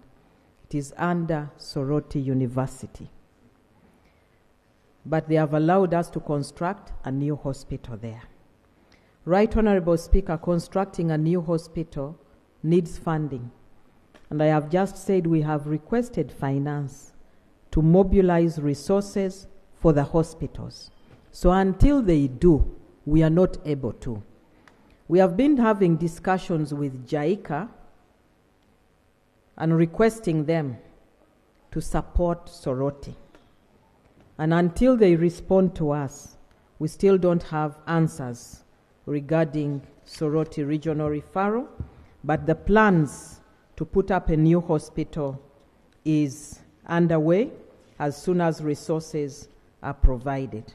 So in conclusion, Right Honourable Speaker, allow me to appreciate the committee for the report and once again to indicate that the health sector, I think over the years the health sector has changed a lot, and many of you will appreciate that.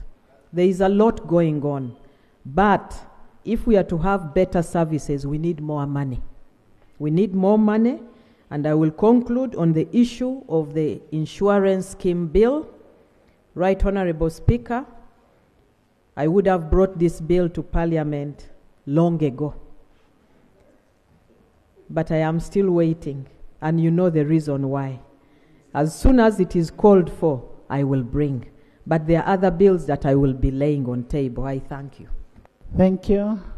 Honourable Government Chief Whip or Leader of Government Business who want the bill in the House. Yes, Honourable Kasai. Right, Honourable Speaker, I want to clarify on supply of electricity to hospitals.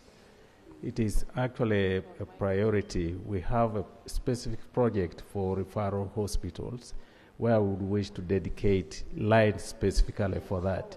But there is emergency cases where there is maybe a transformer is not appropriate. I will take it up with the Minister of Health. We can intervene in those cases. If the transformer is of a lower voltage, we can actually see how we can provide an appropriate transformer. And then he talked about the electricity tariff to health facilities. It is now a special tariff that we have provided. It's about 3 cents per kilowatt hour for hospitals. However, we need to provide a budget. Although we have lowered, the hospitals should be able to pay. So there is a specific tariff regime for health facilities, which we have just put in effect. but we have got to provide them with the money to pay. Thank you. Thank you. The water. The transformers, I will discuss with the minister. She will give me the priority sites, and then we see how we can provide transformers island for health people, services. my island people. Islanders. Thank you, Madam Speaker. Madam Speaker, I thank the committee for the report and the Minister for the response. Madam Speaker, briefly on this note, I would request the Minister of Health maybe to look at the water ambulances that were given to all our island constituencies. These water ambulances will even get mechanical challenges because they are non-operational. At least a boat should be seen at least once in a month. They should find fuel. And lastly, Madam Speaker, my health center 4 at Chamswa, whereas we got a doctor and a medical officer and it is now operational. But the Ministry of Health should provide some fuel for generators.